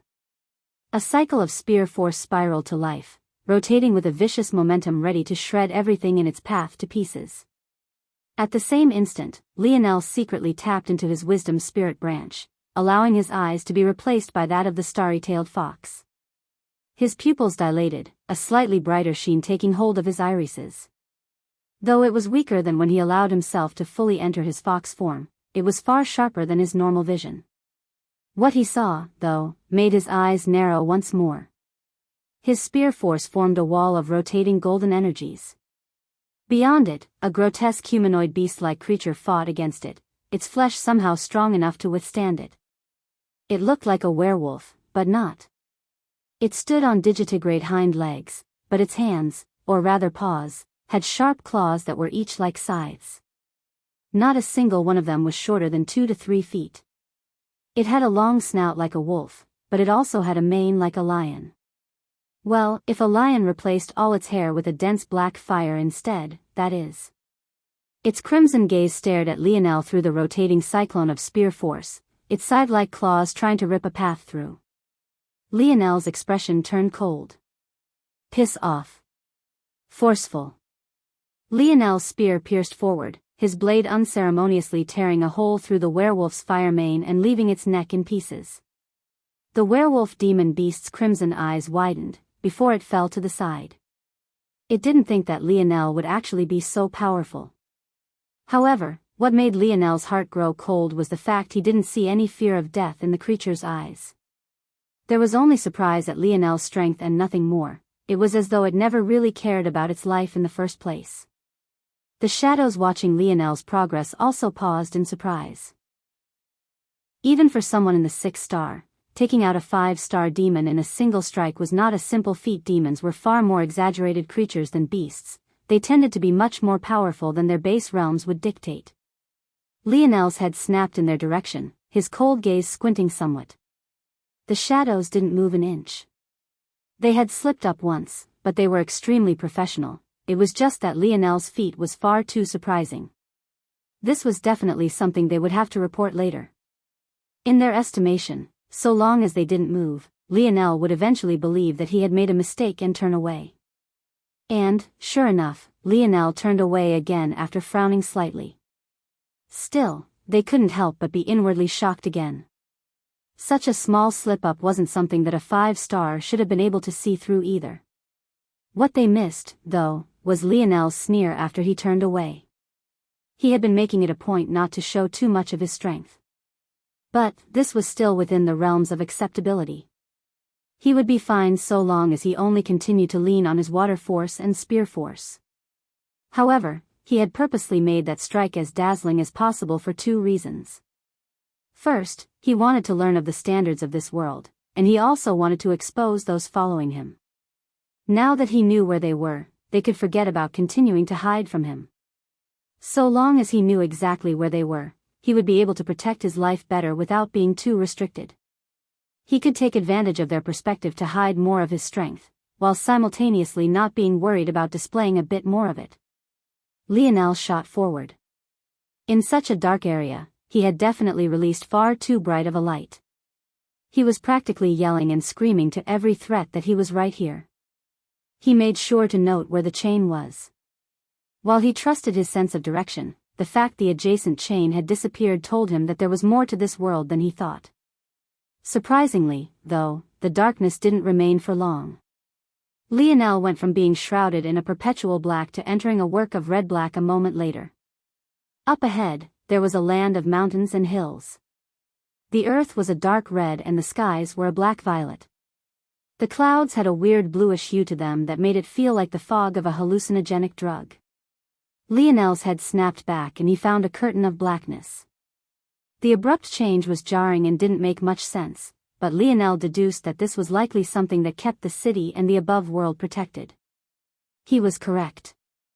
Only humans and demons beneath the 6th star could pass through the seemingly flimsy curtain of black. But this also meant that Lionel was in the true world of demons now. Lionel's steps pushed forward, entering a forest of dead and black trees, looking for his target. However, his goal was deeper than just this. Chapter 15-19. Published at 27th of January 2023 12:34 and 10 seconds p.m. Chapter 1519. 6-star demon. If audio player doesn't work, press stop then play button again. Happy New Year everyone. Hope your 2023 is a million times better than your 2022. I will be taking a one-day break tomorrow and will be back the following day with more chapters. Lionel stepped over another corpse, his gaze incomparably focused. There was a large population of 5-star demons in this region. He seemed to run into another one every few dozen meters. Every time he took one down, he tried to see if there was anything special about them, or maybe something that connected them, but the answer seemed to be no.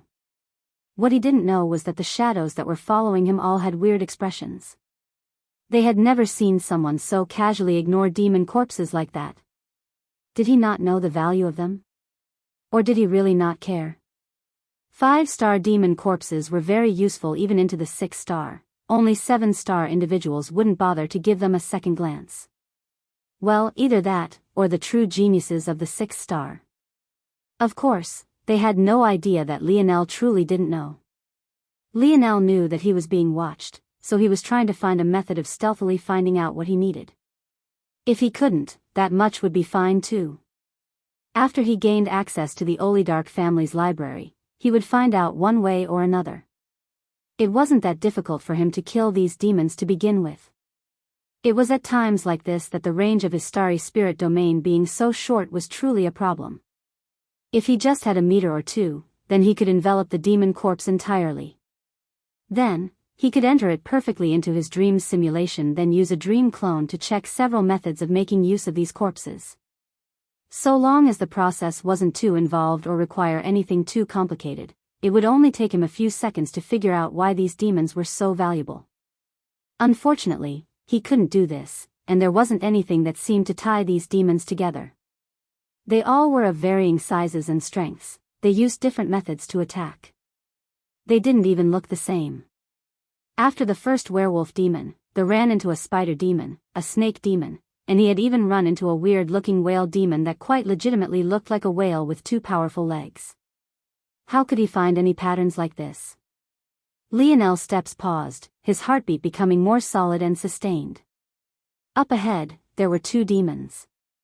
No, more accurately, there was one demon and the other was nothing more than a ravaged corpse.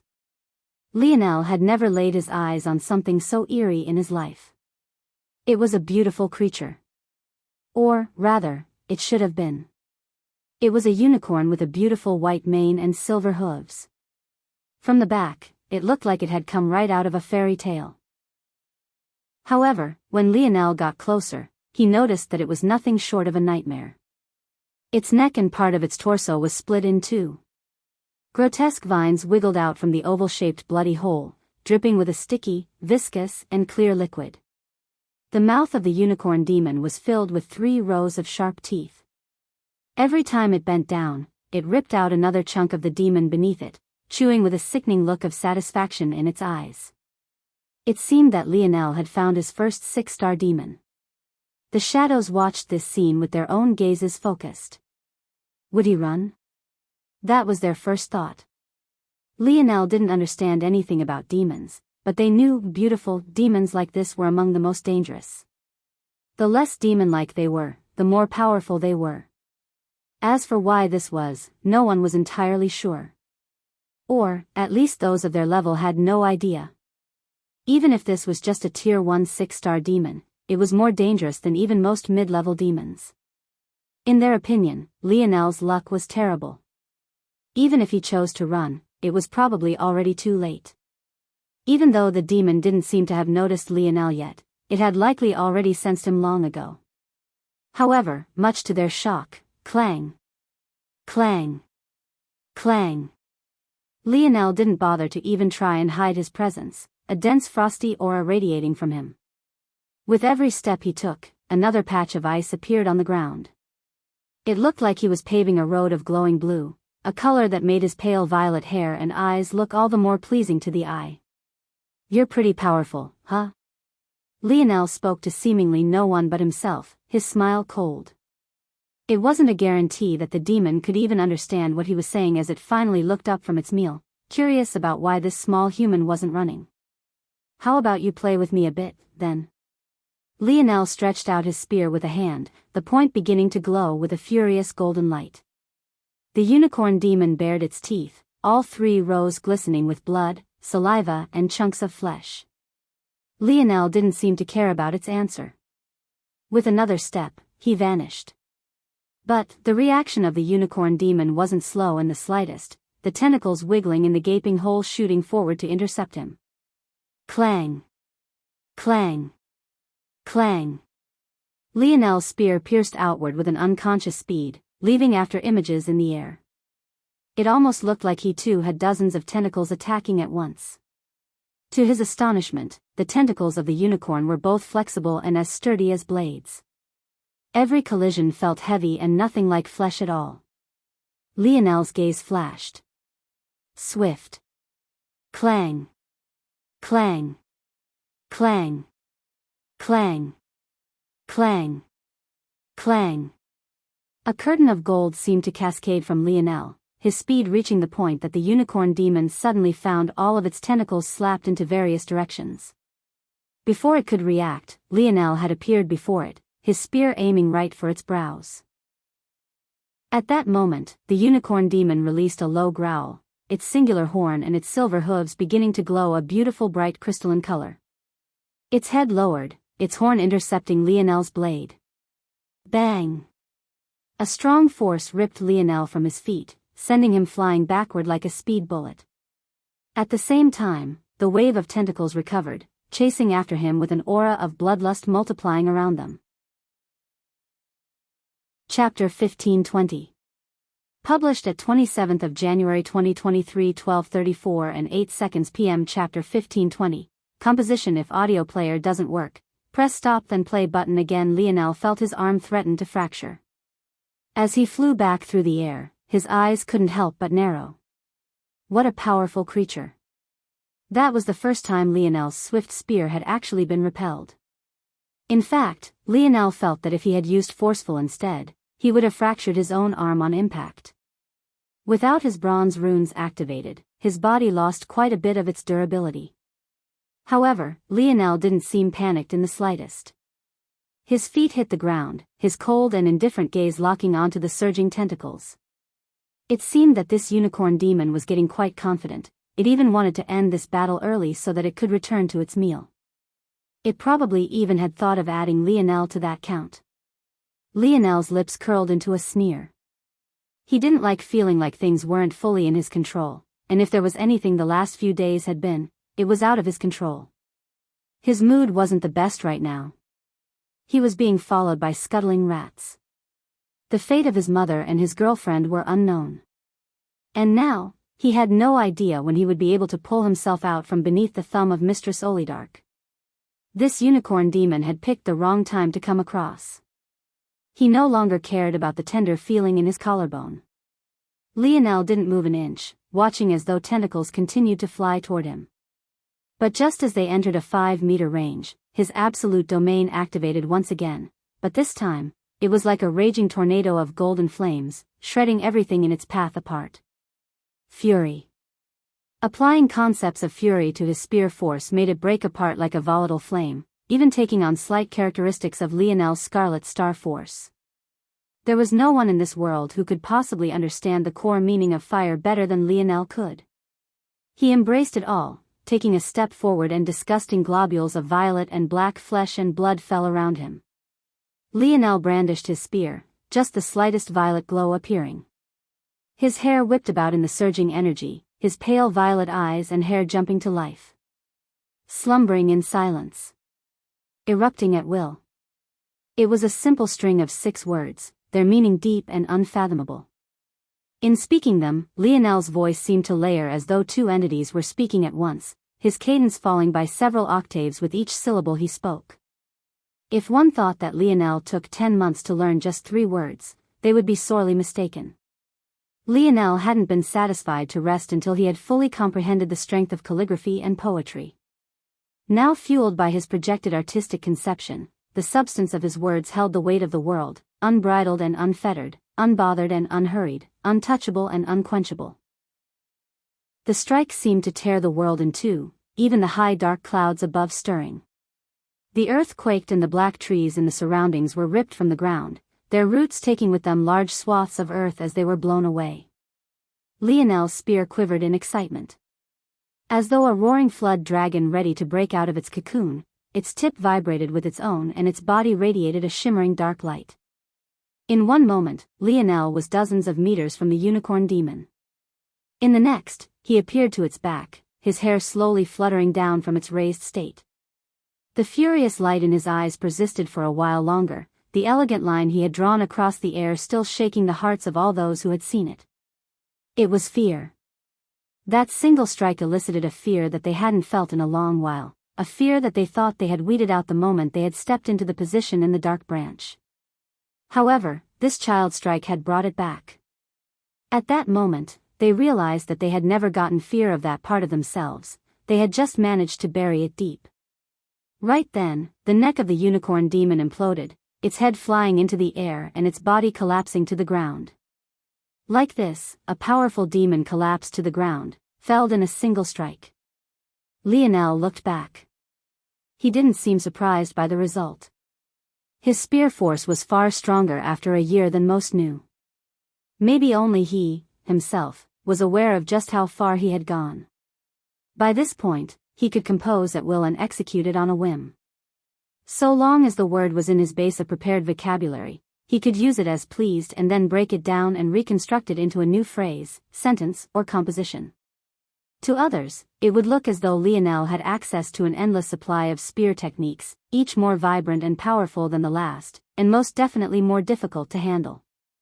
The subtle conception was beyond what most could handle on a whim. At this point, Lionel didn't even feel any desire to learn any spear or bow techniques. He could make his own, forming them and stacking them into powerful combinations of words his enemies could only hope to match. Lionel put his spear away, picking up the unicorn demon's head up by its silver horn. However, at the moment he touched it, his expression flickered. This feeling, it was like he was touching an ore. With his earth-variant affinity, he was very certain of this. He couldn't possibly be mistaken. It was quite interesting. This meant that the bones of this unicorn demon could form metals of its own, something similar to the Morales family's lineage factor, metal synergy. Lionel didn't recognize this metal, so it was probably a composite of several the unicorn demon had absorbed. Since this was a zone, the metals should be the very same as what he had already long since memorized, so he was at least 90% sure of this. It would be 100%. But this zone was simply too odd. At that moment, another oddity occurred. Lionel felt his metal synergy lineage factor stir. Chapter 1521. Published at 27th of January 2023 12:34 and 6 seconds p.m. Chapter 1521. A moment if audio player doesn't work, press stop then play button again. Lionel's brows jumped. He had experienced this feeling before. It happened when his snowy star owl lineage factor of the past entered the vicinity of the bronze tablet. Of course, the bronze tablet was stuck wherever the segmented cube's inner space was, along with the silver tablet, so they couldn't have caused this. Plus, this was obviously the head of a demon and not a tablet. So why would his lineage factor stir? From Lionel's limited understanding, this stirring represented a potential for evolution.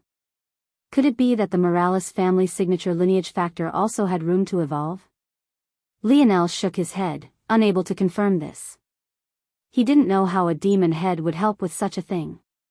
It might be related to the value of these demon corpses, but he was unsure. Lionel didn't want to rashly do anything, not without first understanding the situation. His snowy star owl lineage factor had an obvious progression path. But if it really was the case that this demon head carried such a secret, it wasn't something that Lionel would casually do. His metal body was one of his greatest assets. What if this mutation or evolution hindered him from using it? What about his divine armor, another hugely important part of his battle prowess? Plus, his metal synergy lineage factor had technically already mutated once before. Not only was there a subtle connection between it and his king's might lineage factor, but there was also the red energy it gave off to consider as well. From what Lionel understood, this mutation was likely caused due to the fact he had almost failed his first awakening phase. This was mostly his fault, since he had attempted to do it before he had even formed all of his nodes, something that was ridiculous. This was to say that he had already deviated once and was lucky enough that things still stayed relatively on track. If he allowed it to mutate again, it was impossible to say if he'd get lucky again. Even if the result was a more powerful lineage factor, its overall effectiveness might be far inferior due to a lack of compatible techniques. This was a problem that Lionel was currently facing, actually. He hadn't had the time to analyze the bronze tablet, so he hadn't been able to unearth the pairing techniques for his starry-tailed fox lineage factor. The good news was that this lineage factor was so far and beyond the snowy star owl that it was still worth it. But there was no telling whether it would be the same with his metal synergy lineage factor. Lionel finished his thoughts in just a few seconds. With one hand, he hoisted the unicorn demon's corpse over his shoulder, letting its hooves drag along the ground. Several eyes couldn't help but be drawn to Lionel. He hopped to the top of the abyss, his feet gliding up the side as though it was solid ground. Now that he could confidently rely on his stars to repel the anarchic force, he was no longer worried about the attack on his mind and didn't take the chains seriously any longer. However, just because he didn't mean others also wouldn't. The contrast between Lionel and the others was far too great. When they saw that he had actually slayed a unicorn demon, many forgot to breathe, the suffocating aura of even the dead creature being too much for them to handle.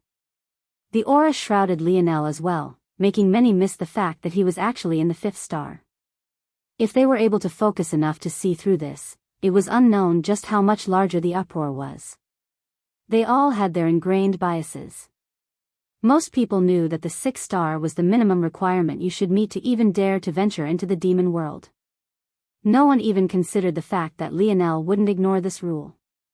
In fact, many believed that he might even be a legendary 7 star. Lionel didn't care about the stairs, his steps steady as he walked right through the city and toward the Olidarch family's estate. No one even dared to stop him despite the fact that this was proper protocol. The gates of the Olidarch family estate were always open. Why close them when no one would dare to casually stroll in to begin with? Maybe that was why Lionel's appearance was all the more shocking on that day.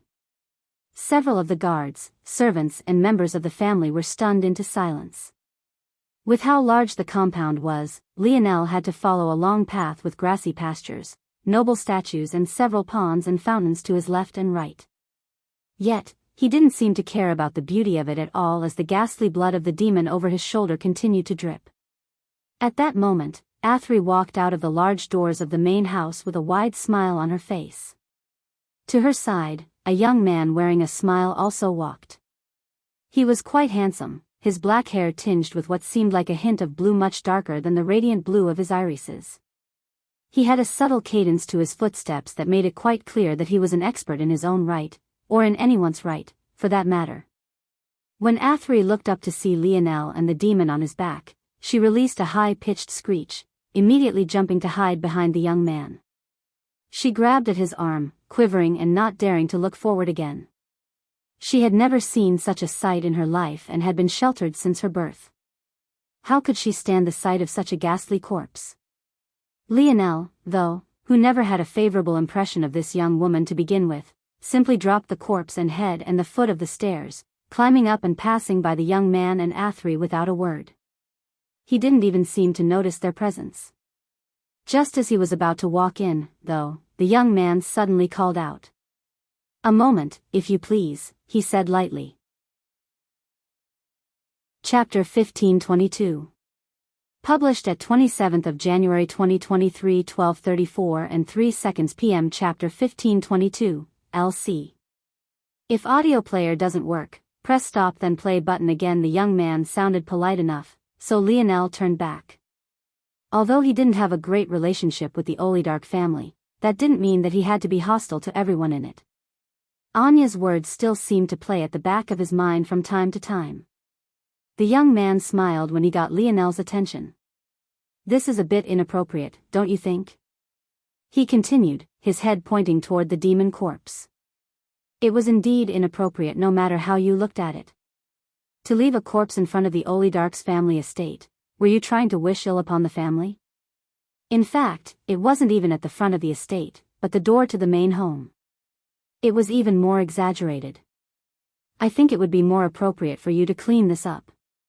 I can also see that you've caused quite a mess on your way here. The workers have their hands full every day as this is quite a large estate to care for. We shouldn't casually give them more work like this. Also, I hope that you would also apologize to Miss Athry. Your actions startled her. Lionel turned back and opened the door, disappearing into the home. The young man fell into silence. He didn't seem too shocked and he didn't even look angry. He seemed quite difficult to read. Even after the door closed, he didn't say much, looking back toward the unicorn demon corpse. Still, although he didn't say much, didn't mean that Athry wouldn't. She stomped her feet angrily, her cheeks practically puffing as though she was a toddler. She didn't look like much of a young lady at all. Or, maybe she looked exactly like one depending on how you viewed such noble young women. He's always so rude. The young man looked back to Athry. He already had some guesses of his own, but Athry's words seemed to expose some more stuff. He was actually a bit curious about a person who was clearly here in the same capacity as himself, but dared to be so rude to Athry. Do you know him? Of course I know him. He's just a bunny. Athry was about to expose Lionel as a male escort, but she suddenly remembered her grandmother's stern reprimand from earlier. Her grandmother rarely got so cold with her, but whenever she did, it was very important. Bunny?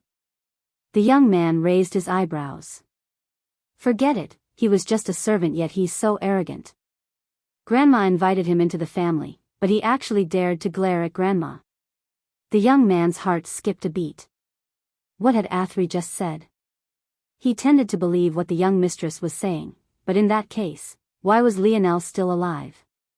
For the first time, he became serious. He's so full of himself. He thinks he's so great just because he looks a little good. Of course, he doesn't look as good as you, Slayton. He just has an overinflated ego. Slayton smiled lightly at this, but didn't say much. Objectively, there was no gap between his looks and Lionel's, they were both quite handsome. Clearly, Athry just didn't like Lionel, and it seemed more due to the fact that he had been rude to her rather than because Lionel had been rude to her grandmother. Interesting. Anyway, let's go. You promised to take me out of the estate today. I didn't get to have all my fun last time. What did you say? Mistress Olidark's uninterested expression changed. She looked up toward the shadow making the report. In the end, the shadow could only reiterate what happened. A single spear strike for a 5-star demon. That much is shocking, but still acceptable within the realms. A single spear strike for a tier 1 6-star middle demon while in the 5th star. Mistress Olidark didn't know how to accept this information.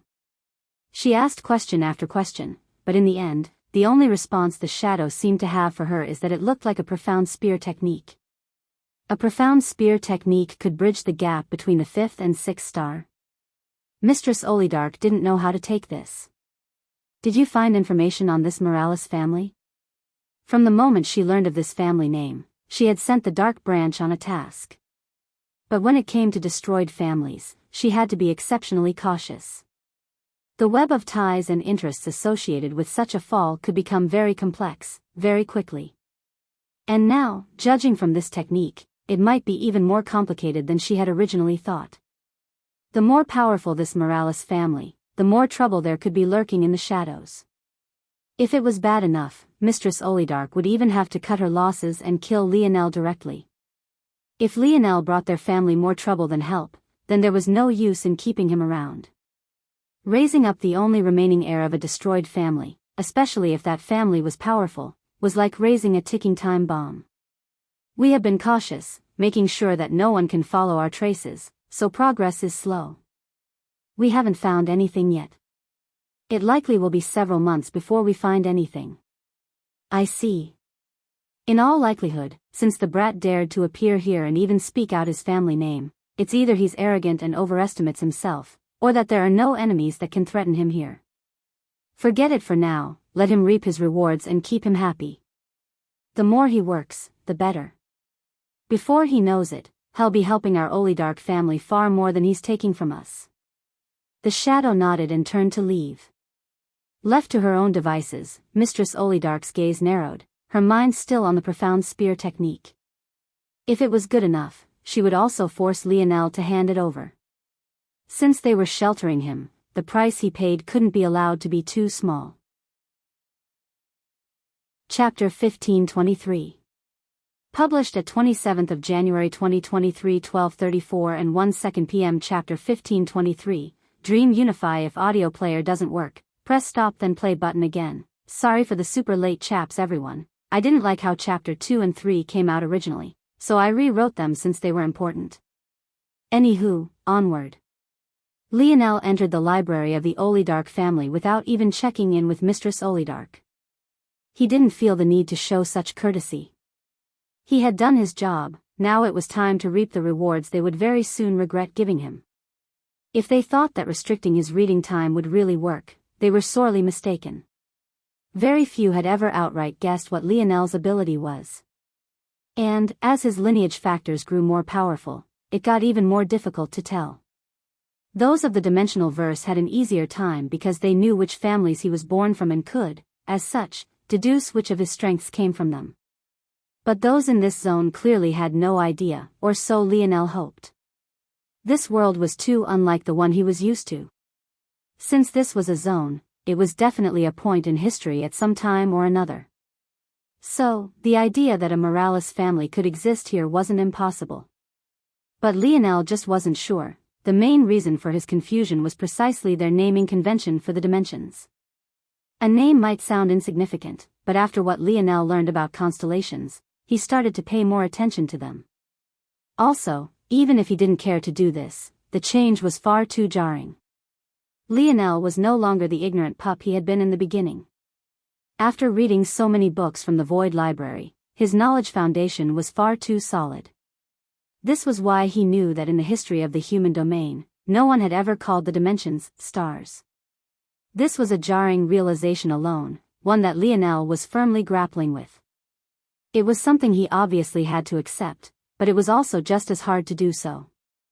The implications weren't something that he even knew how to wrap his head around. There was, of course, the possibility that this wasn't the human domain at all. He had only seen a small segment of this world, after all. What if there were other races acting as overlord? P1E's visit N0VE1B, in. The issue was, he had never heard of demons either. Such creatures, especially since they seemed so tied to the anarchic force of this world, should have definitely been detailed in the Void Library. After all, it had detailed every other race. Plus, there was the fact that this anarchic force was far more powerful than what Lionel was used to, even being capable of attacking the mind. How could there be anarchic force more powerful than what you could find on a void battlefield? It didn't make sense. There was an obvious answer to all of this. This was a mythological zone. It was the only answer that made sense to Lionel, and he gave it a better than 97% probability to be the case. This had to be a mythological zone based on a myth of the human domain, one that Lionel wasn't familiar with. It's not like the Void Library would house fairy tales in it, so it was very much possible that Lionel wouldn't be aware of it. Since Lionel was born and raised on Earth, there were many obvious things to others that probably wouldn't be so obvious to him. Lionel shook his head. Regardless of what this place was, he needed more information. And, he would have to source that information from this place. The Olidarch library was quite bright. It had a dome of glass as though it was a greenhouse rather than a library, and it had countless shelves, even the shortest of which were twice Lionel's height. These short shelves were located on the far walls, though. The main shelves were grandly used as centerpieces, towering upwards of 20 or so meters and have dozens of ladders between them to accommodate those that might want to reach books near the top. The library was separated into general knowledge sections and technique sections, the latter second giving off a much more profound pressure in Lionel's direction. Lionel was given exactly 1 hour for his efforts. Though no one had stopped his march here, he was absolutely certain that they were monitoring this. They wouldn't let him take any more, lest they believe him to be getting too full of himself. Such a large store of knowledge couldn't possibly be consumed in just an hour. They expected Lionel to have to work harder and harder for his time and his benefits. Practically the only thing they would give him for free was food, water and a place to stay, with no guarantee for any of them to be worth much of anything. Well, a normal person, anyway. This wasn't the void library that forced Lionel to construct and organize his own network. This was a library, already properly organized, and written not even on pendants, but on sheets of paper. It was almost too easy. Lionel walked to the first shelf and ran his fingers along the books, looking at the spine of each one as though he was looking for something in particular. An hour later, he had touched every book in the library and he walked out just as the final second ticked down. There might as well have not been anyone else around him as he didn't spare any of them a single glance. In fact, there were even times he walked up to individuals already reading a book just to check the cover without a word. He didn't know why this world that seemed so much more powerful was using such primitive methods, but he also didn't care. Even if they had used pendants, it would have been just as easy. Lionel didn't give anyone the opportunity to reprimand or find fault with him. He simply left, turning through several corridors and hallways until he found his supposed room once again. The door clicked closed behind him and fell to the floor, snoring away without a care. As he slept, his mind quickly organized itself, his mind of fluttering books moving about as though they had minds of their own. Dream Unify. Chapter 1524. Published at 27th of January 2023 12:33 and 59 seconds p.m. Chapter 1524. Fated if audio player doesn't work, press stop then play button again. The ease was too great. Lionel had a half-foot radius around his body in which his starry spirit domain could function without activating his bloodline. All he needed to do was touch something, and so long as it was compact enough, it would functionally, for all intents and purposes, be within his dream world. And once that happened, everything was fair game. Lionel no longer had to consciously use Dream Sculpt to transfer something into his dream world now. This saved him time, effort, and stamina. On top of this, he was also able to copy things that would have usually been far beyond his means in the past as well. All that was left now was to organize them, and that was where Dream Unify came into being. Sleeping was the ultimate organization effort. Lionel realized that rather than wasting time doing it all himself, he could allow the natural functions of his body to take hold of its own processes. With the middleman cut out, not only would he be able to rest, but the process would also be far faster. Like this, the first dream ability where Lionel would truly be asleep was born. And just like that, his mind began to whir at seemingly inhuman speeds, rapidly categorizing everything into memories as though he had personally read it all. When it was done, Lionel opened his eyes. He entered the shower, washed him of the demon blood that had covered him, and then sat cross-legged on his bed. His expression was frighteningly cold, the picture of concentration, even the temperature of the room seemed to plummet. But, that all vanished when he closed his eyes. The knowledge assimilated into Lionel and he exhaled a long breath. The first thing he looked toward was the information about demons. According to this, demons came in different ranks. The one he had just fought was known as a middle demon. Lower, middle and higher demons were all collectively known as low-class demons. Beyond low-class demon were, unsurprisingly, middle-class demons. They were separated into uncommon demon, rare demons, and elite demons. These demons usually had real names and species to go with them and were less reliant on sudden mutation. They also tended to be more beautiful. One would think that this was all, but beyond this there were still high-class demons, humanoid demons, fiend demons, and chaos demons. Each of which had divisions of their own, enough for 18 subclasses, with each one having a large gap between them. Lionel found this especially hard to wrap his head around. If a low-class demon was actually so powerful, then what about a middle-class demon? What about a humanoid demon? A chaos demon? Lionel might have defeated the unicorn demon in just a single strike, but he had used at least 30% of his strength. While this might shock the Olidarch family, to him this meant that he was far too lacking. There were definitely people in this world capable of fighting these demons, or else the human race would have already long since been overrun. Just by Lionel's initial calculations, if he needed 30% of his strength already, that meant that at best, right now he could fight a tier 1 6-star uncommon demon. He didn't have a chance against a rare demon, let alone a high-class demon or beyond. And that was if he could go all out. Of course, Lionel was still in the 5th dimension. Or, rather, the 5th star. But he felt that even if he had a perfect breakthrough, the best he'd be able to do was face the best of the high-class demons. At the same level. He really didn't think he'd be a match for a humanoid demon of the lowest level, and there were still 8 more subclasses to go. Just what was this world? This wasn't a matter of raw strength, this was a matter of talent. Pure talent. The reason Lionel couldn't fight these demons wasn't because they were more powerful, it was because they were far more talented than him. And, by proxy, this meant that there were also humans here far more talented than him.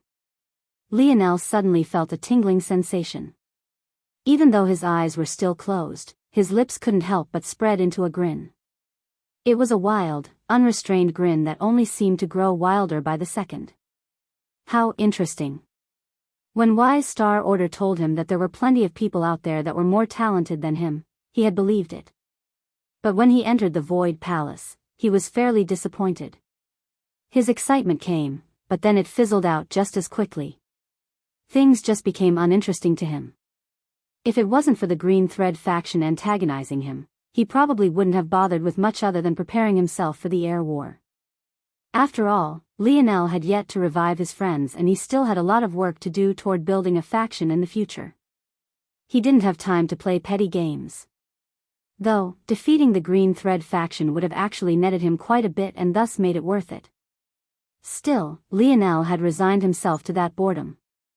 Of course, Lionel had also yet to meet the true geniuses of the Void Palace.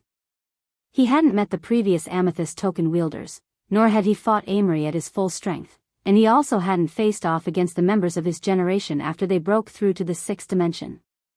But he still could only deal with what was right in front of him. And nothing that had been in front of him excited him aside from his grandfather's way of the spear. Ironically, though, his mastering a portion of that only made things more boring. Now, though, Lionel couldn't help but realize that if he hadn't mastered calligraphy, what would have become of him? Let alone a middle-class demon? Would he have even been capable of defeating a low-class demon? The appearance of this zone had been so abrupt and sudden, there was no time to prepare. He was simply thrust into this situation without cause or warning. What if his uncle had let him run away that day? Or what if this zone appeared a year earlier? Lionel's grin faded. The problem with his mindset seemed to become more glaring to him every day.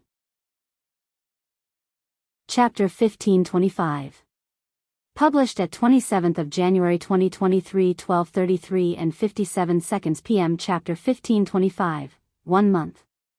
If audio player doesn't work, press stop then play button again. Lionel knew that it wasn't his ice control that had gotten Mistress Olidark's attention.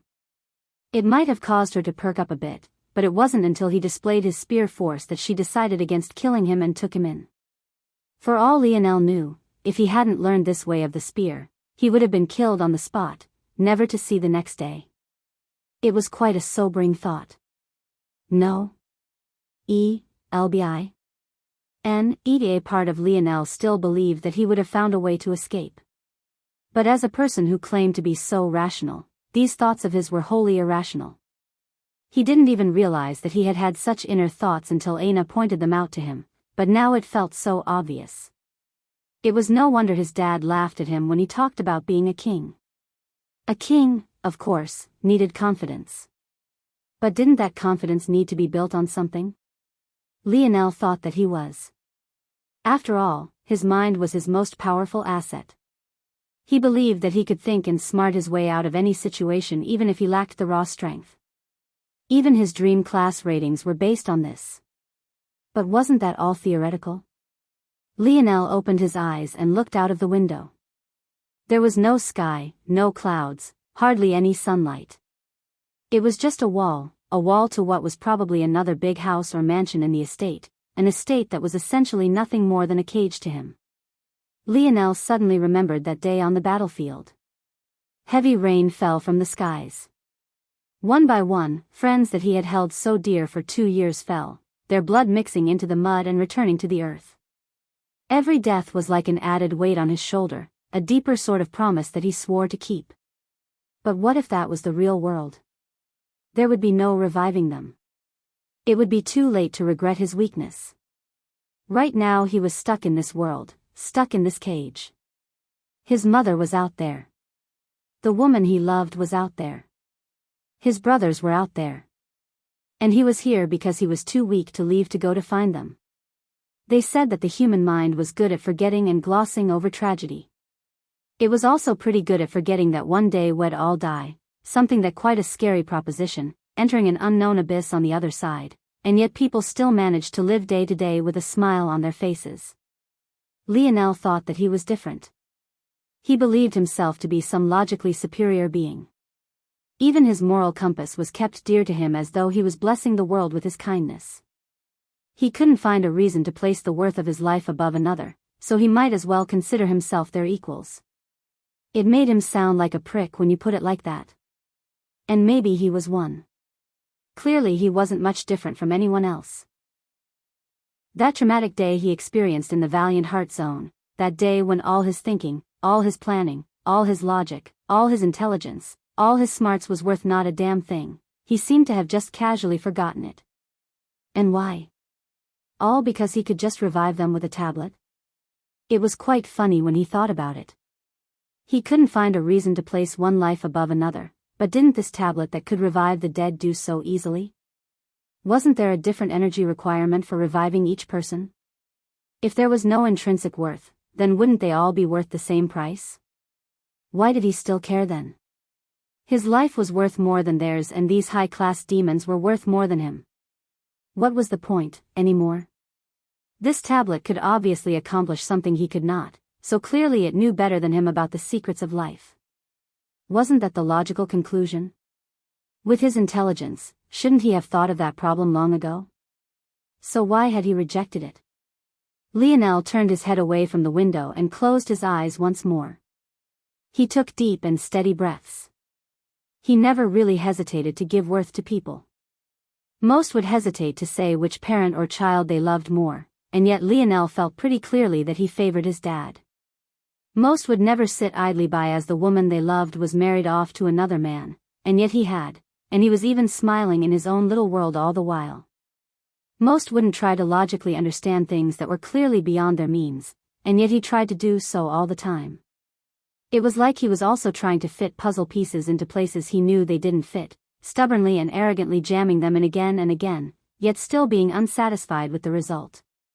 What did all of this mean? What was the answer? Where had he gone wrong?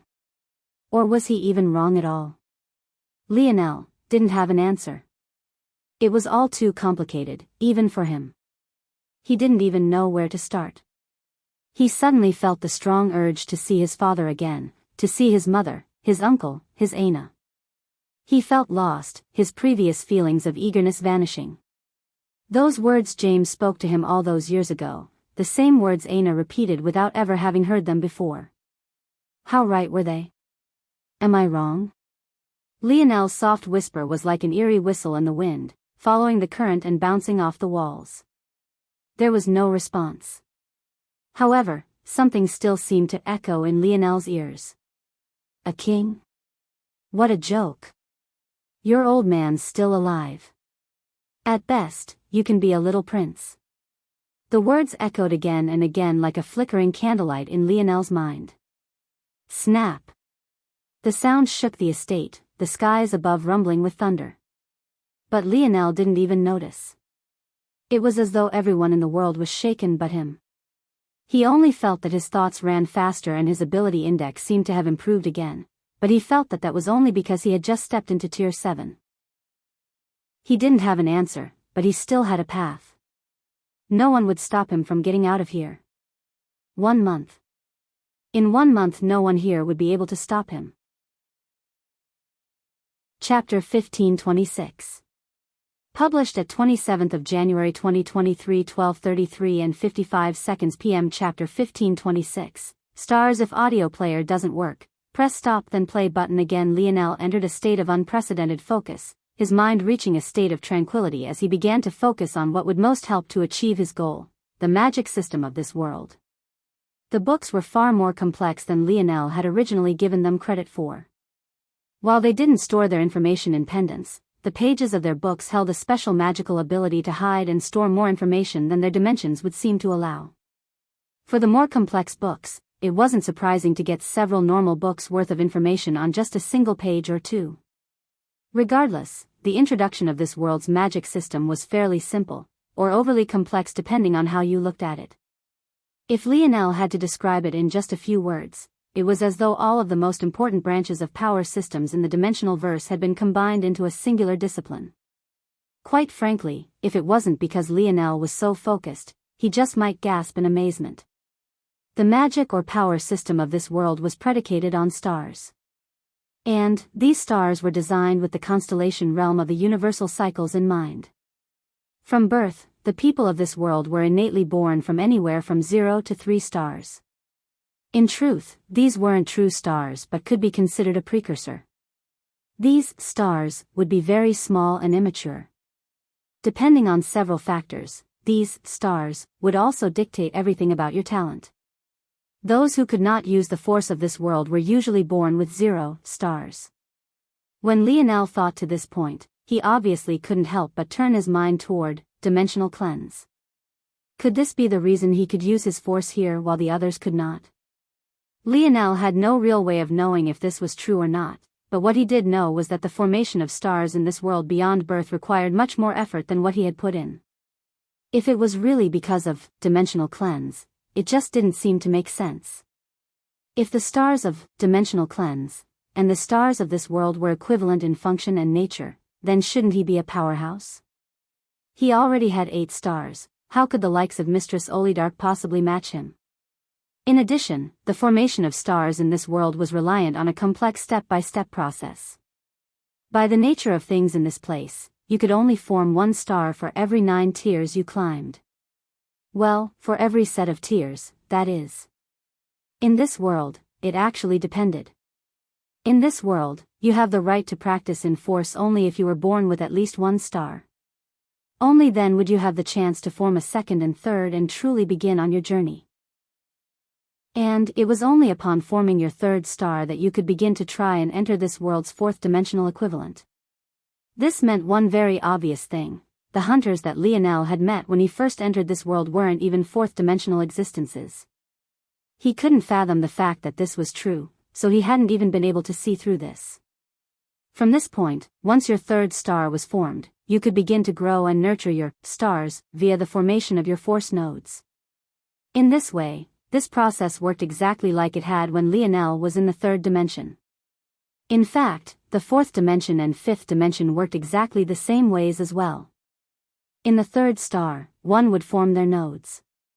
With every node formation, the more compatible the location was with you, the higher resonance it would have with your stars, and the more growth it would have. The size of your node and the location were the greatest factors, just like in the dimensional verse. So long as your node was large and compatible, your stars would resonate and grow. The formation of each node would start a new resonance and growth period. Once this period ended, you could then form your next node. Just like in the dimensional verse as well, many couldn't form all 9 of their nodes and wouldn't gain the benefit of 9 resonances. As such, the stars would remain in a more infant-like state for longer before reaching maturity and beginning to display their true strength. This process would repeat in the 4th dimension, but with the addition of a 4th star.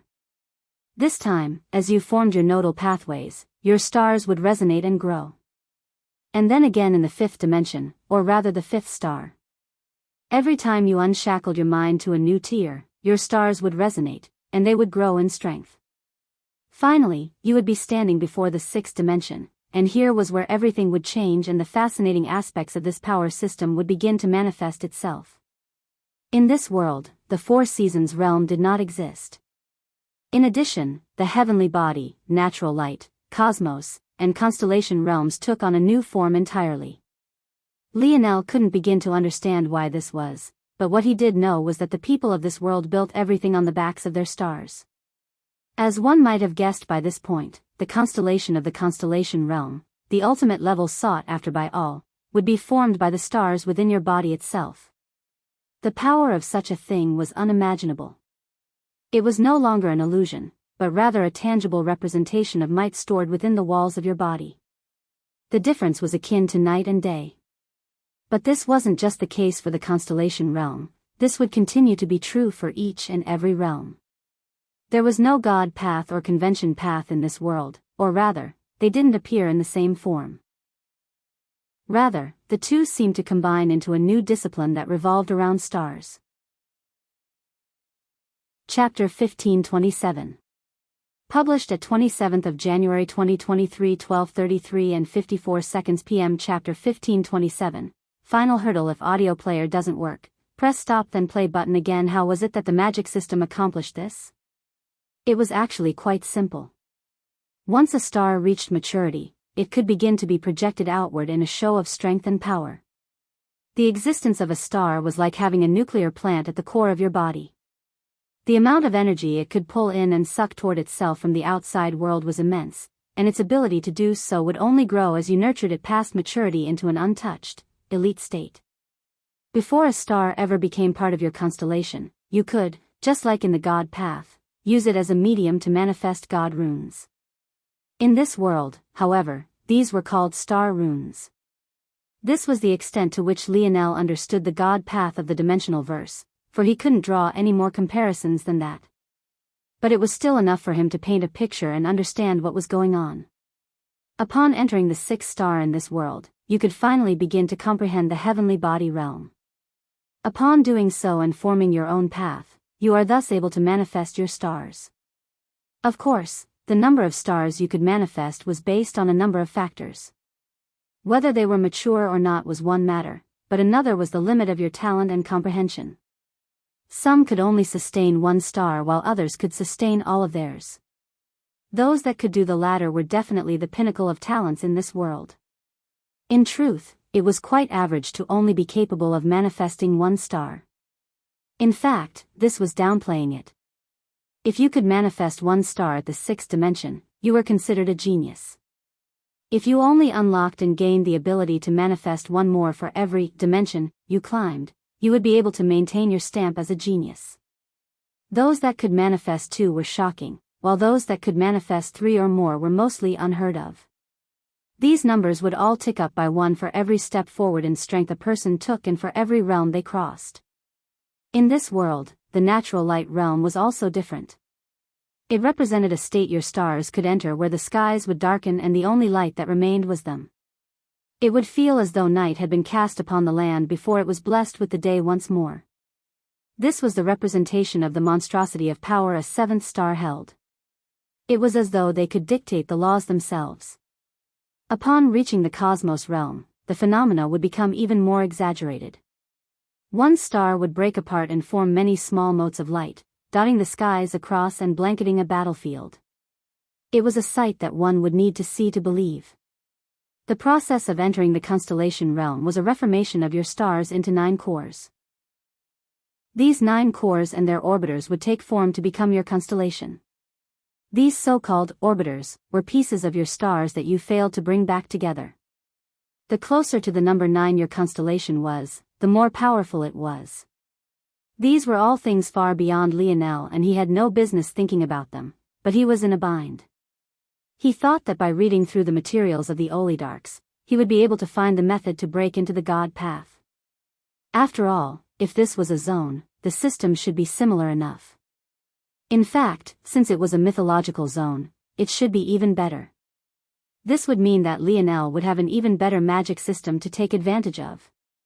But the main issue here was that, well, there were several. For one, he already had 8 stars. How exactly was he going to form his 6th, exactly? Didn't he already pass that by? Also, if it was the case that dimensional cleanse wasn't related to this world at all and he was being ridiculous, wasn't that even worse? That meant he had no stars at all and the minimum requirement for beginning in any method was to have at least one. Stars were able to harness and quickly gather energy, but if you had no stars, then there was nothing to gather energy for you. All of the methods that Lionel had memorized from the oligarch family followed this line of logic as well. And their methods of breaking into the 6th star required him to resonate his 5 stars to catalyze the birth of a new one. No matter how you looked at it, there was nothing but a blocked road ahead. However, at the moment, Lionel was unprecedentedly calm. He already knew what he would have to do. If he had to choose between this and the lives of the people he cared about, the answer was too obvious. He didn't even need to think about it. If dimensional cleanse was really the reason he could use force in this world, then that meant that his mother and Aina were especially helpless, not to mention his friends and brothers. Without his help, they would be helpless. He needed the strength to leave this place, and the 5th dimension wouldn't give it to him. He needed to break into the 6th. Unfortunately, he didn't have the method to enter the God path, so there was only one choice. He would enter the 6th dimension through the conventional path. Once Lionel made his decision, he did not hesitate. For the first time in a long time, he brought forward the natural force art of the dimensional cleanse. Until now, he had been relying on his innate node to break the shackles of his mind and had never needed to use it, but it was about time he brought it forward. Before losing to Amory, Lionel passed 3 rounds of the trials, so in his mind currently, he had the 5th dimensional layer and the 6th dimensional layer of dimensional cleanse. He would use the former to reach the peak of the 5th star as quickly as possible, and then use the latter to break through the final hurdle. Chapter 1528. Published at 27th of January 2023, 12:33 and 52 seconds p.m. Chapter 1528. Neither if audio player doesn't work, press stop then play button again. The visualization of the 5th dimensional layer of dimensional cleanse used to overwhelm Lionel, but now it didn't feel like so any longer. He felt that it would only take him about a single week to not only grasp it, but to fully comprehend this layer like he had done with the 4th dimensional layer. In this way, he would be able to pass it along to others. Lionel took this ability to pass on dimensional cleanse more importantly than ever now that he felt it might be related to his current freedom in this world. After a glance at it, Lionel hesitated. This wasn't because he felt that he had chosen wrong, but rather because he wasn't sure what would happen if he suddenly began to practice now. What Lionel didn't know is that the commotion caused earlier by the sudden snap had whisked away all the experts of the oligarch family. It wasn't just them, but a high-level meeting the likes of which hadn't occurred in tens of thousands of years was called. The last time such a meeting was called, it was due to the descent of a chaos demon. This was how rare such an event was, and for those people to send down such an order. All those of the 7th star and above were forced to acknowledge the call. The only ones that remained to monitor the home were the 6 stars of the oligarch family. Unbeknownst to him, Lionel had given himself his own lucky chance. But had he been aware, he might have had far too many questions to ever think of focusing. In the end, Lionel shook his head. It didn't make sense for him to bother trying to hide his activities. This was his bed, he had to lie in it. He didn't believe his skill was high enough to draw a force art capable of concealing what he was doing. Well, he might have had the skill, but he was lacking in the necessary power. Let them watch, then. Don't choke. A cold light flickered in Lionel's gaze and he focused once more. The complex, spherical gear system of the natural force art visualization reflected in his mind and even appeared in his irises.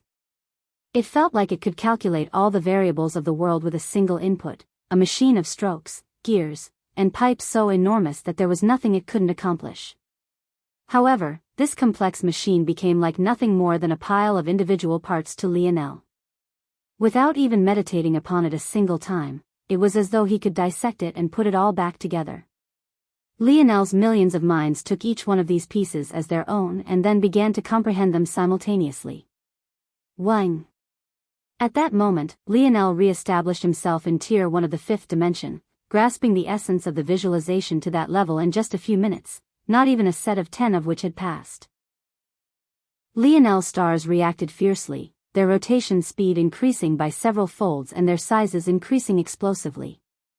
Lionel was caught so off guard that he could only watch in silence as large amounts of force surged toward him like a tide.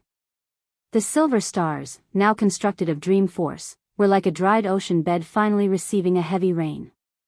They glowed such a bright light that even though they were within Lionel's own mind, he felt like he couldn't even look at them properly. The blue stars, charged of raging vital star force, became like greedy tornadoes, forcing large amounts of vital star force, that should have been a rare energy, through the nodal pathways in Lionel's body, through his spine, into the node of his brainstem, charging through his brain and into his ethereal glabella. And then there were the fierce red-gold stars. Strands of scarlet star force that Lionel had struggled to budge and move gathered in such thick quantities that they manifested in the air like threads of gorgeous silk. Despite following the same path the dream force and vital star force had, Lionel didn't feel any pain at all. In fact, it was as though he had been refreshed, his innate nodes even glowing with a fiercer light. Right then, it was as though the whole Olidark estate was quaking. Lionel continued to watch this scene, not quite understanding what was happening. According to what he knew, dimensional cleanse was a special take that could be practiced alongside other ones. However, there shouldn't have been such a large difference here. At the very least, you shouldn't benefit as though you were truly breaking into the same realm twice. If things were like that, then everyone would insist on practicing dimensional cleanse, no matter what. This was why Lionel had never really stressed about using the visualization to break through. In fact, using his innate node to break through was more beneficial for him in the long run, and he could always use the visualization later. Somehow, though, this singular breakthrough still felt like an enormous watershed. Lionel could only ignore it. He was still worried about being interrupted, so he wanted to gain as much as he could before others insisted on interfering. However, what he hadn't known was that the force was so violent and dense that no one dared to get close. Or, more accurately, anyone who would have dared wasn't present to begin with. In this world, atmospheric force wasn't just more difficult to control, but when it appeared in large concentrations, it was dangerous for those that followed the star path, especially if the force followed a path that they did not. Lionel blazed through the fifth dimension once more. By the third day, he had already stepped into Tier 6, by the fourth, Tier 7. By the fifth, he broke through once again, finally entering Tier 8. And, exactly 1 week later, just like he planned, he sat at the border of Tier 9, ready to break the final veil and form his 9th star. However, at that moment, Lionel paused. There was a secret here he knew he hadn't quite grasped, but there was also an opportunity. Lionel took a breath, a roar leaving his lips. At that moment, the sound of a final shattering barrier resounded and the 9th star began to form in Lionel's mind. However, there wasn't one star core, there were two. And neither of them were red gold. Chapter 1529. Published at 27th of January 2023 12:33 and 51 seconds p.m. Chapter 1529. Fusion. If audio player doesn't work, press stop then play button again. If there was anything Lionel knew how to do, it was to take advantage of a situation. Whether it was in his daily life or even his battle style, everything was predicated on capitalizing on a moment of opportunity, a moment of weakness, or even a moment of enlightenment. Over the last week, Lionel felt like his mind was constantly getting refreshed and constantly strengthening. Not only had it allowed him to stay awake and not rest a single time, but it also made him sharper and faster, his mind growing even more powerful than it had been before. No, it was more like his mind was finally gaining the proper fuel, blessed with a refreshing amount and quality of force it had never experienced before. As the dream force surged in, Lionel felt that his base starry spirit domain was slowly growing millimeter by millimeter. At the same time, as his vital star force stars rumbled with life, the feeling of vitality coursing through his veins was absolutely intoxicating. It was as though someone was pouring the purest ambrosia of the gods into his heart, allowing every pump to send it throughout his body. His lifespan was quickly expanding, but better yet, his healing factor seemed to have grown supercharged. As though this wasn't enough, his star fusion, self-created technique, one he rarely used due to all its limitations, seemed to grow endlessly powerful. Lionel couldn't even spare the mental power to think about the implications of such a change. The time it would take to recharge his star fusion technique might not even be a fraction of what it once was. In fact, it even seemed that he might not have to wait for it to recharge at all. Of all of these stars, though, the most special was without a doubt Lionel's Scarlet Star Force twin stars. When they began absorbing the Scarlet Star Force toward them, filling themselves up like someone who had suffered through a famine, its changes were far more profound than Lionel's other stars. Not only did it feel as though its growth capacity was far beyond that of his other stars, Lionel also watched in awe as it began to quickly form its own runes. One after another, they manifested in the large mass of swirling, hot, red gold gas. Lionel didn't need to think much to be certain that these must be star runes as opposed to the god runes of the dimensional verse. Unlike others who didn't have innate node, Lionel's star runes formed automatically based on his comprehended innate node. Not only that, but because they were the truest and most natural form of destruction runes, they were far beyond anything the comprehension a living creature could possibly form. How could a person match up to the genius of the evolution of the world at large? After countless trillions of years of trial and order, the perfect and final state of these star runes were finally created, and now they formed under the control of Lionel, radiating out with such violent energies that Lionel's bed crumbled to ashes despite him not releasing them, his bedroom's floors and walls beginning to grow with cracks. The entire process couldn't have been more magical or any more mystical. Lionel had never felt the presence of his innate node, or rather innate nodes, so clearly. It was as though they were muffled and yelling for his attention previously, only for their roars to finally reach his ears now. At that moment, new destruction runes quickly formed in Lionel's eyes. His eyelids glowed with a blinding red gold light, barely holding them back. Lionel had already comprehended 729 destruction runes, but that couldn't even be said to have been under his own effort. It had happened while he was unconscious.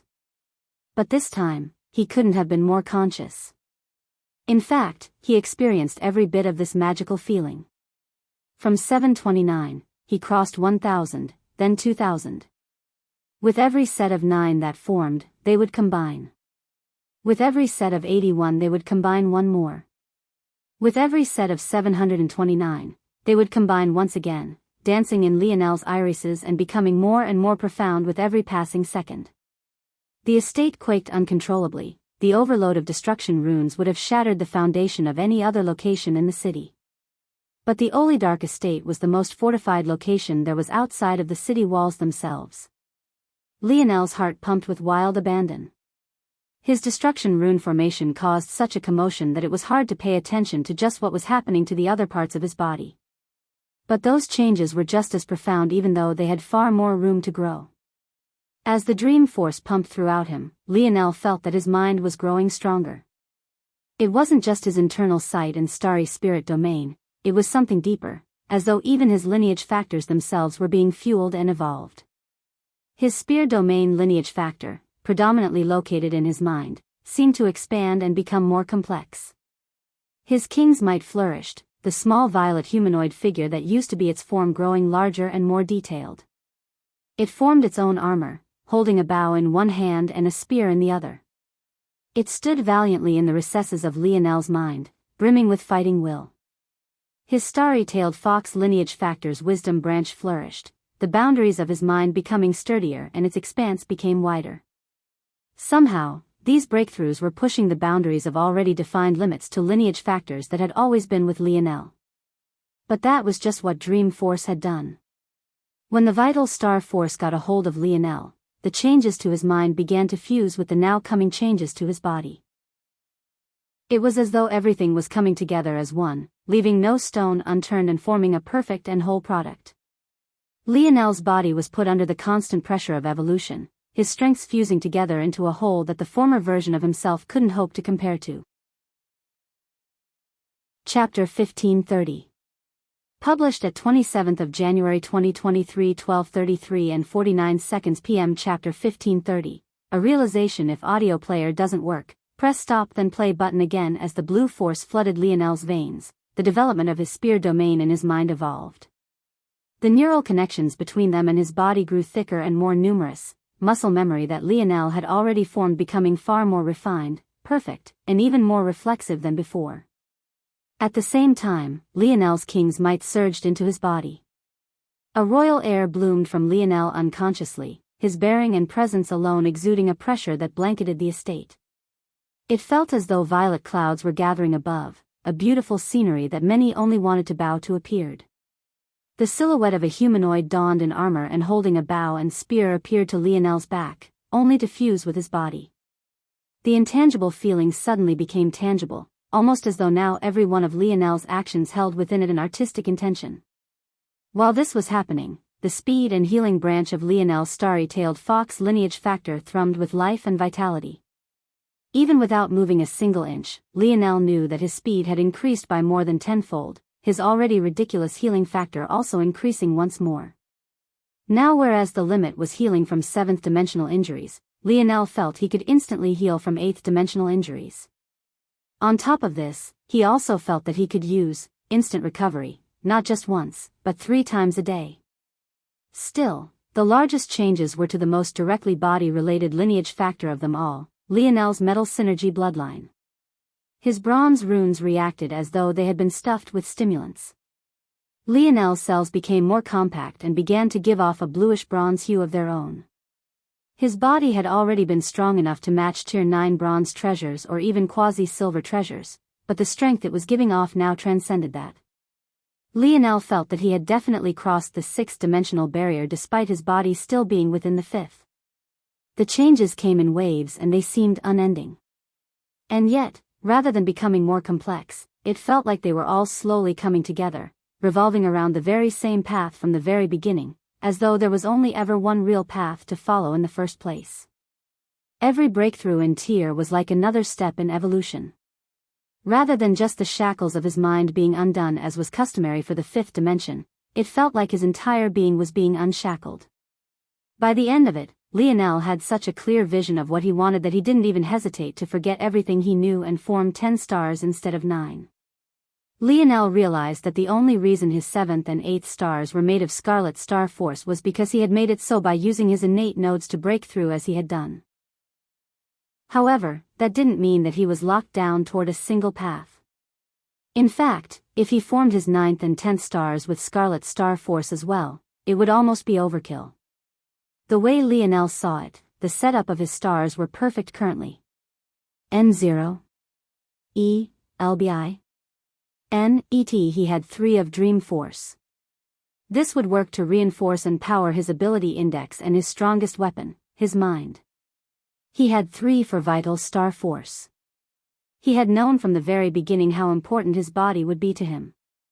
This was why he had formed his innate nodes as he had, 1 in the brain stem, 2 down the spine, 2 in his heart, 2 in his lungs, 2 in his kidneys and 1 in his stomach.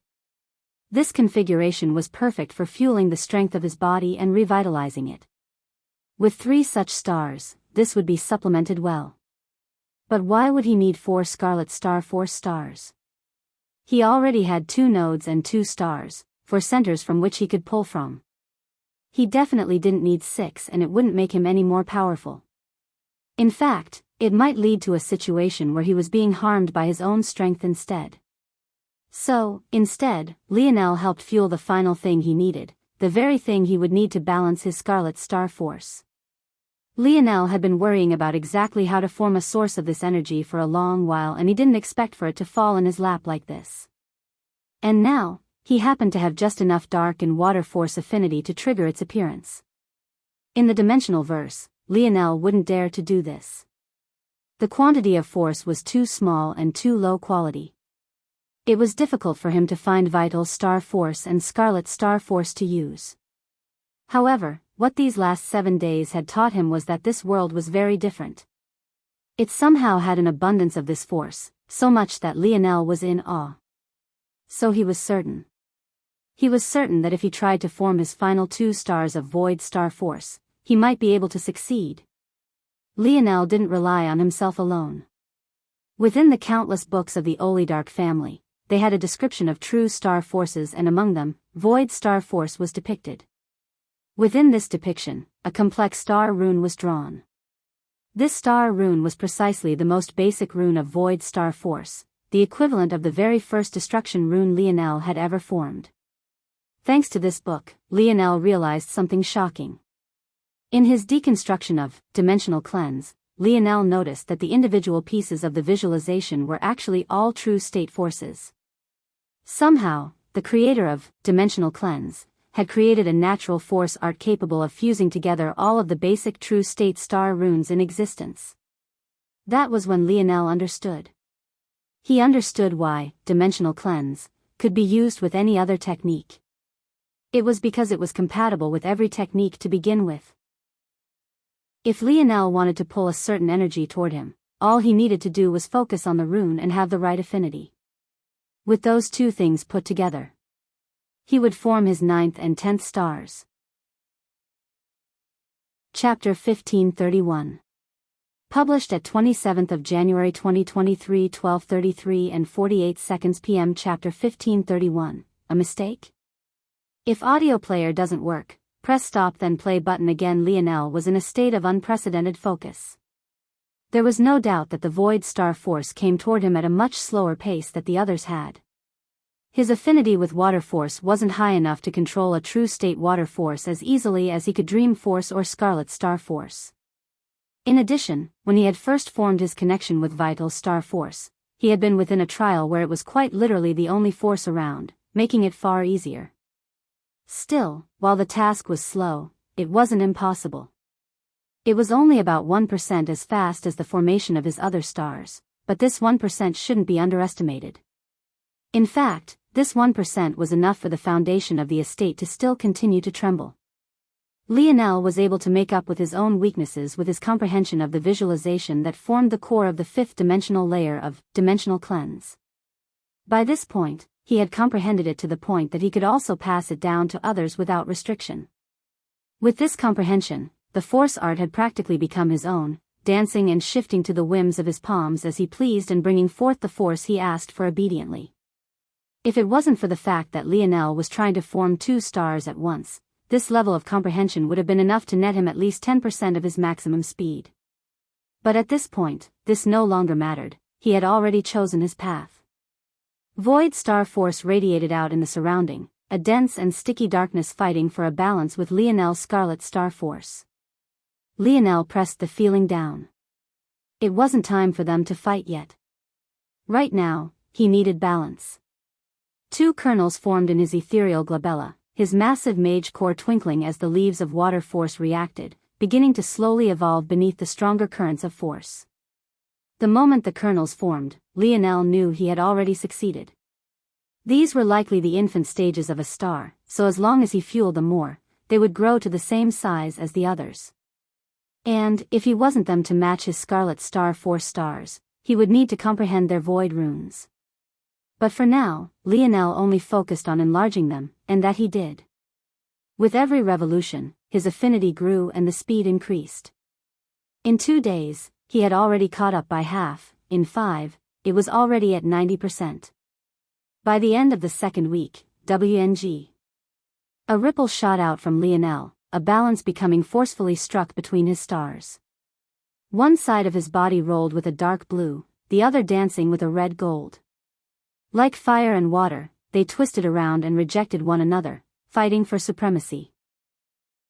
At that moment, it was surprisingly Lionel's mage core that took center stage, shining a bright light that forced the two to calm, settling down into a calm rhythm.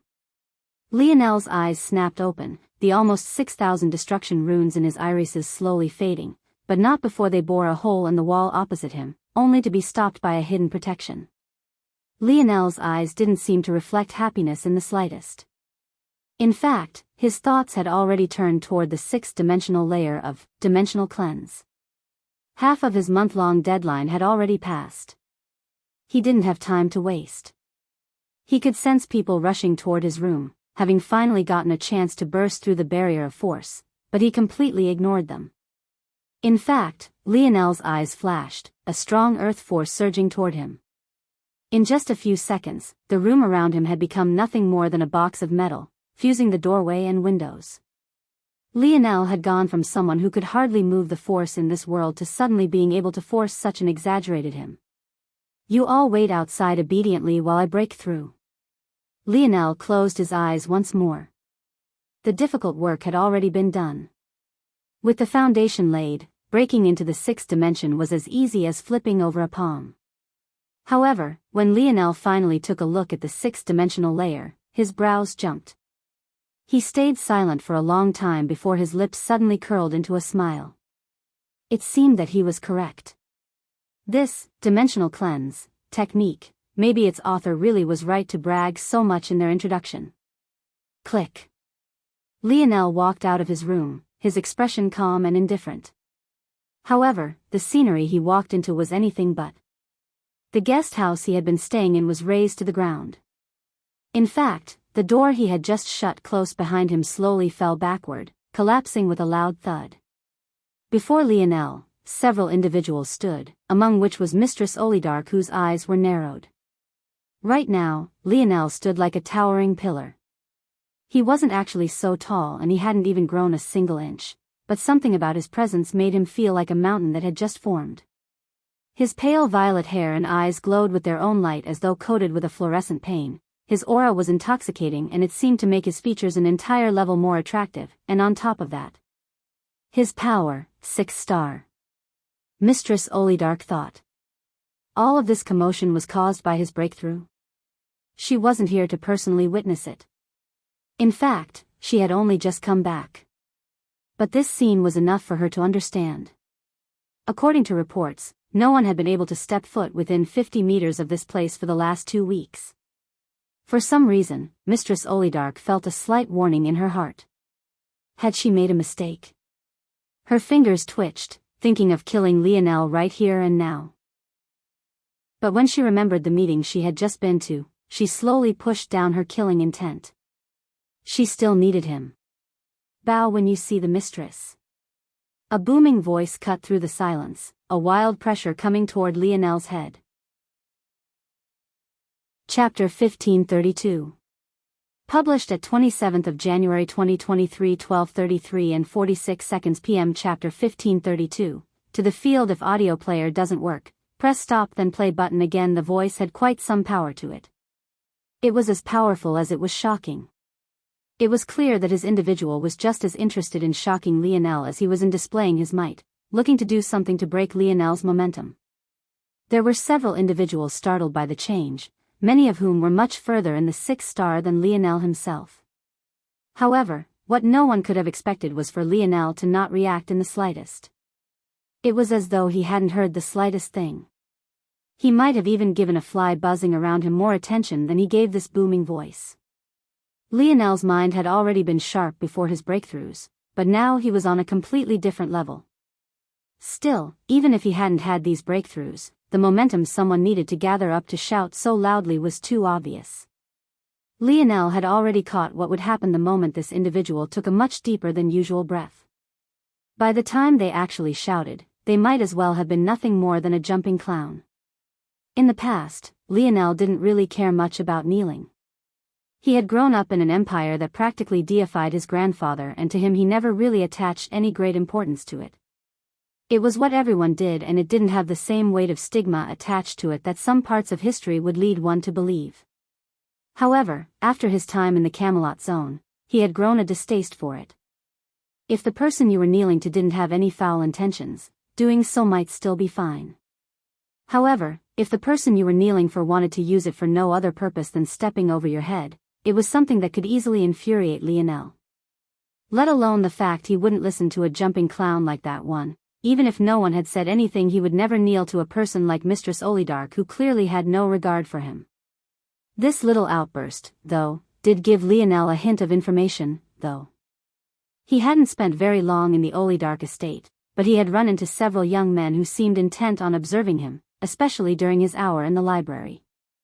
These were all young men, all around the same age, and all of which held a certain standard of talent. It wasn't too difficult to guess what they were doing here.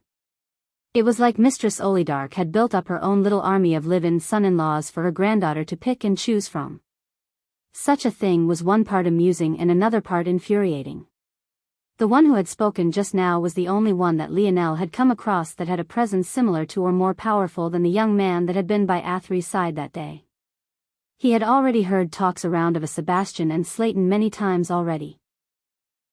So he assumed that this person was one of the two of them. Still, Lionel found it funny. These two were supposedly the strongest, and yet they were also the most happy to wag their tails and please.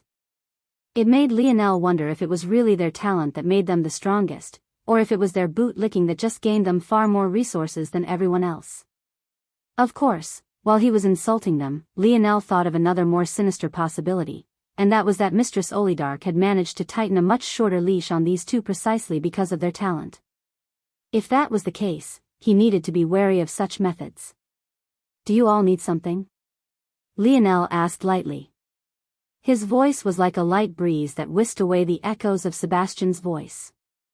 It was as though the shout itself never happened, but it was precisely this that made things so embarrassing for the latter. "You," Sebastian's mouth snapped close the moment Mistress Olidark raised a hand. By this point, Lionel's lack of respect was grating on her nerves. She might be able to find the amusement in it when it was just the two of them, but when everyone was scrutinizing her like this, it made it 10 times more infuriating than it should have been. "You destroyed all of this?" Mistress Olidark asked. "You never provided me with a proper training room. What else could I destroy if not this?" Rather than becoming more infuriated, Mistress Olidark only became calmer. "The expenses for this guest house and the surrounding damage will come directly from your merits. Until you gather enough to pay it back, the house will not give you any resources." Mistress Olidark expected Lionel to fly into a rage when he heard this, giving her an opportunity to suppress him further. But all she received in return was a curled lip. Merits? Resources?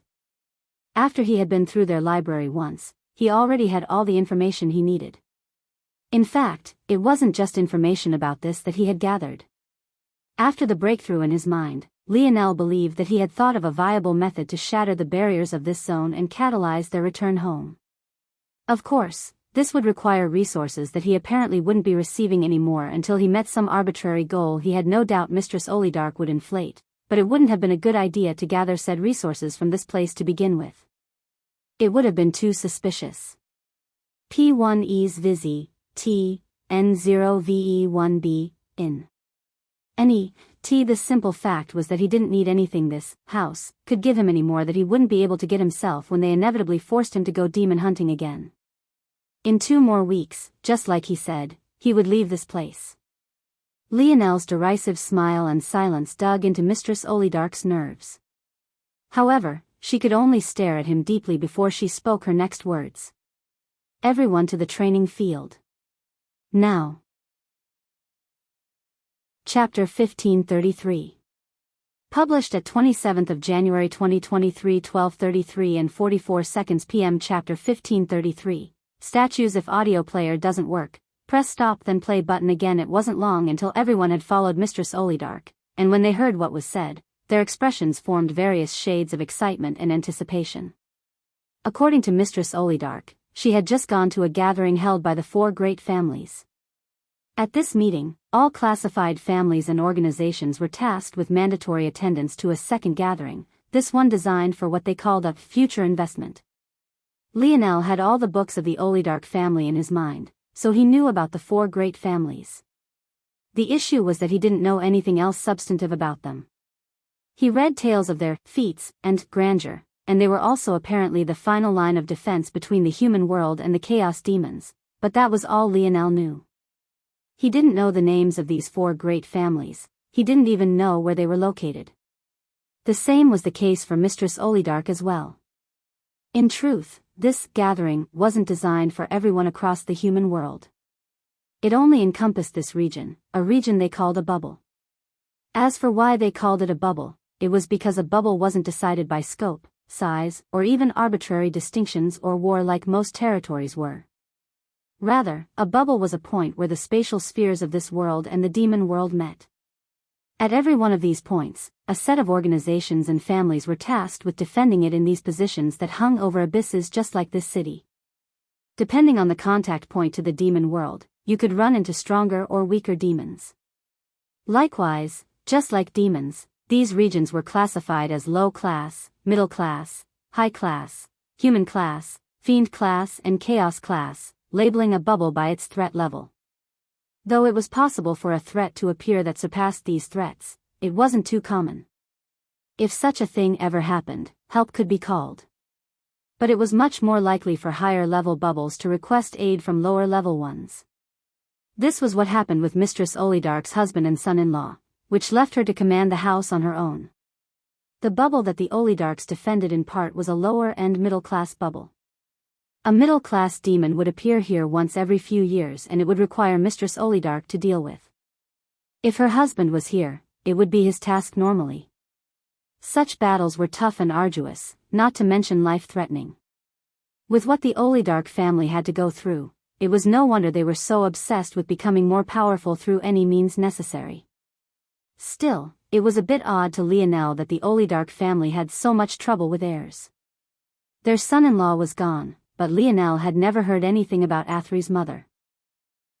Then there was the useless Athri herself. And in this generation they had to recruit dozens of boys who clearly weren't of Olidark blood to save them? Something was definitely fishy, something that obviously wasn't described or detailed in their library. Lionel wasn't surprised though. Why would leave such a secret in such an easily accessible place? Lionel could only shake his head, there was no use speculating. The four great families wanted to gather together the budding talents of each class and give them an opportunity. What this opportunity was, no one quite knew. But what they did know was that the Olidark family was given 3 quotas. Mistress Olidark wasted no time giving the first 2 to Sebastian and Slayton. That left just a single spot left for those that remained, a spot that she expected them all to fight for. It was no wonder why they were all so excited. Beneath those 2, the divisions of power beneath the Olidark's family's potential son-in-laws were quite close. This meant that they all had an equal chance at claiming the final spot for themselves. Interesting. Lionel thought to himself. Originally, he wanted to just bide his time for the next week, then find time to escape once he had solidified his standing. But this seemed like an interesting opportunity and it might help him gather what he needed to help everyone escape this zone faster. With that thought, Lionel had already decided that he would show however much strength he needed to claim this final spot for himself. Clearly, Mistress Olidark already expected him to do so. If it wasn't for his rudeness, she might have directly given it to him to begin with. This battle will be a battle royale. Fights against demons will never be organized, and when in their world you must always remain alert. Show me you awareness and resourcefulness.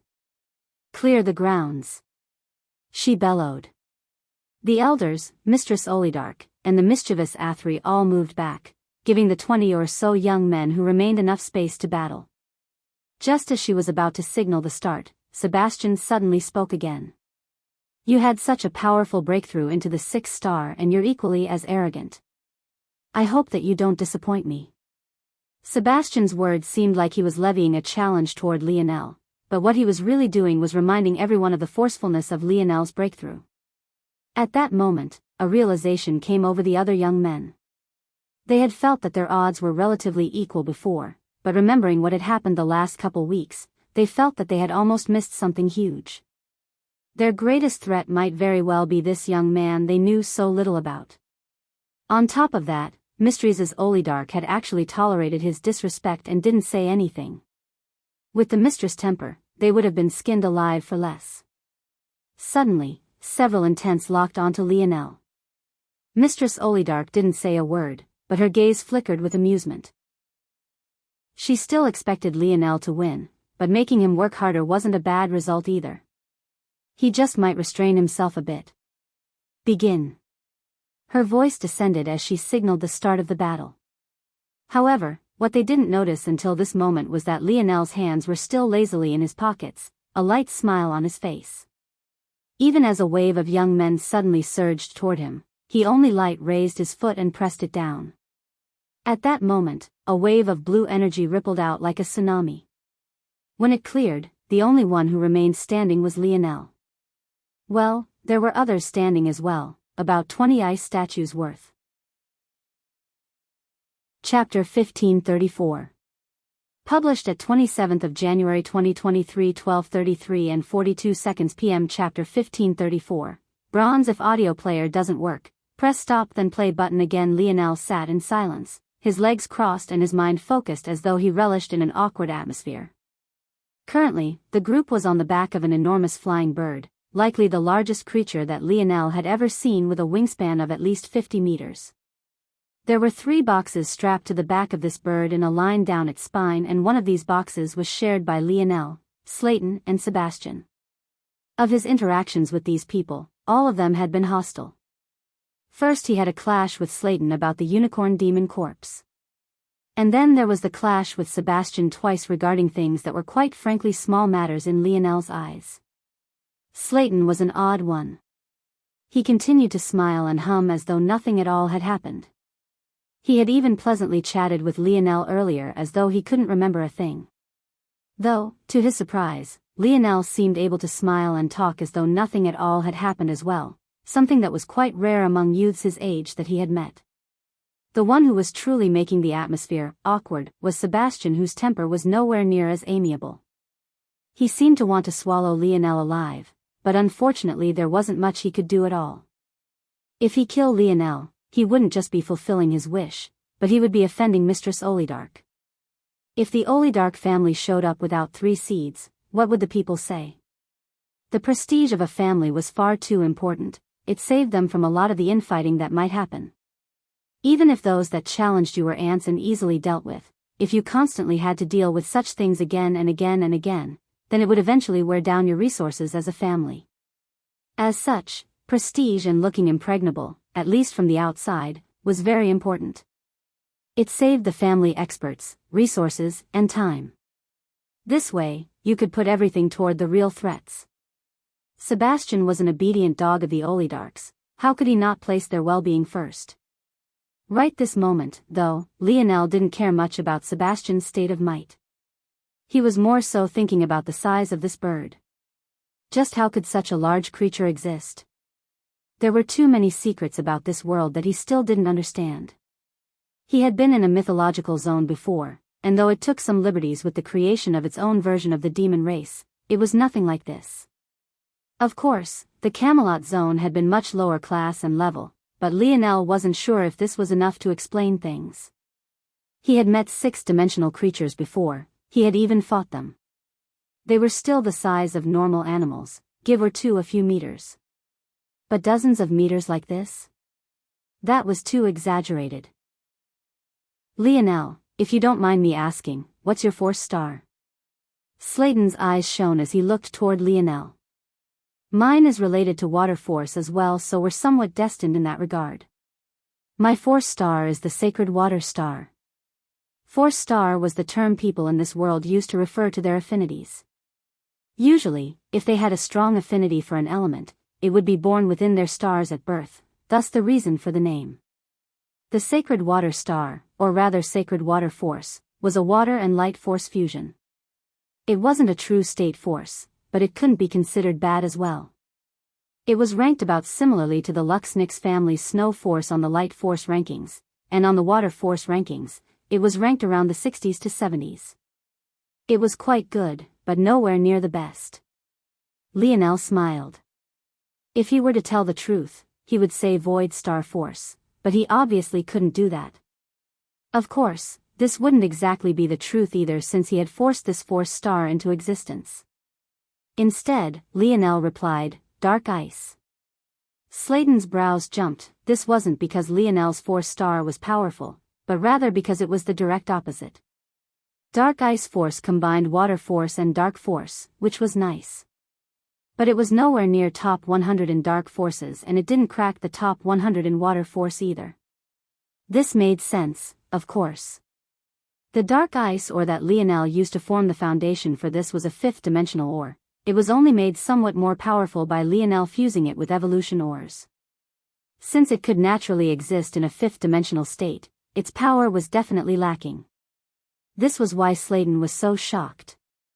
How could such a low-level force possibly create such a strong effect? Slayton couldn't help but inwardly narrow his eyes. Was Lionel lying to him? Or was he telling the truth and had other secrets? Sebastian snorted at that moment, clearly taking the opportunity to look down on Lionel.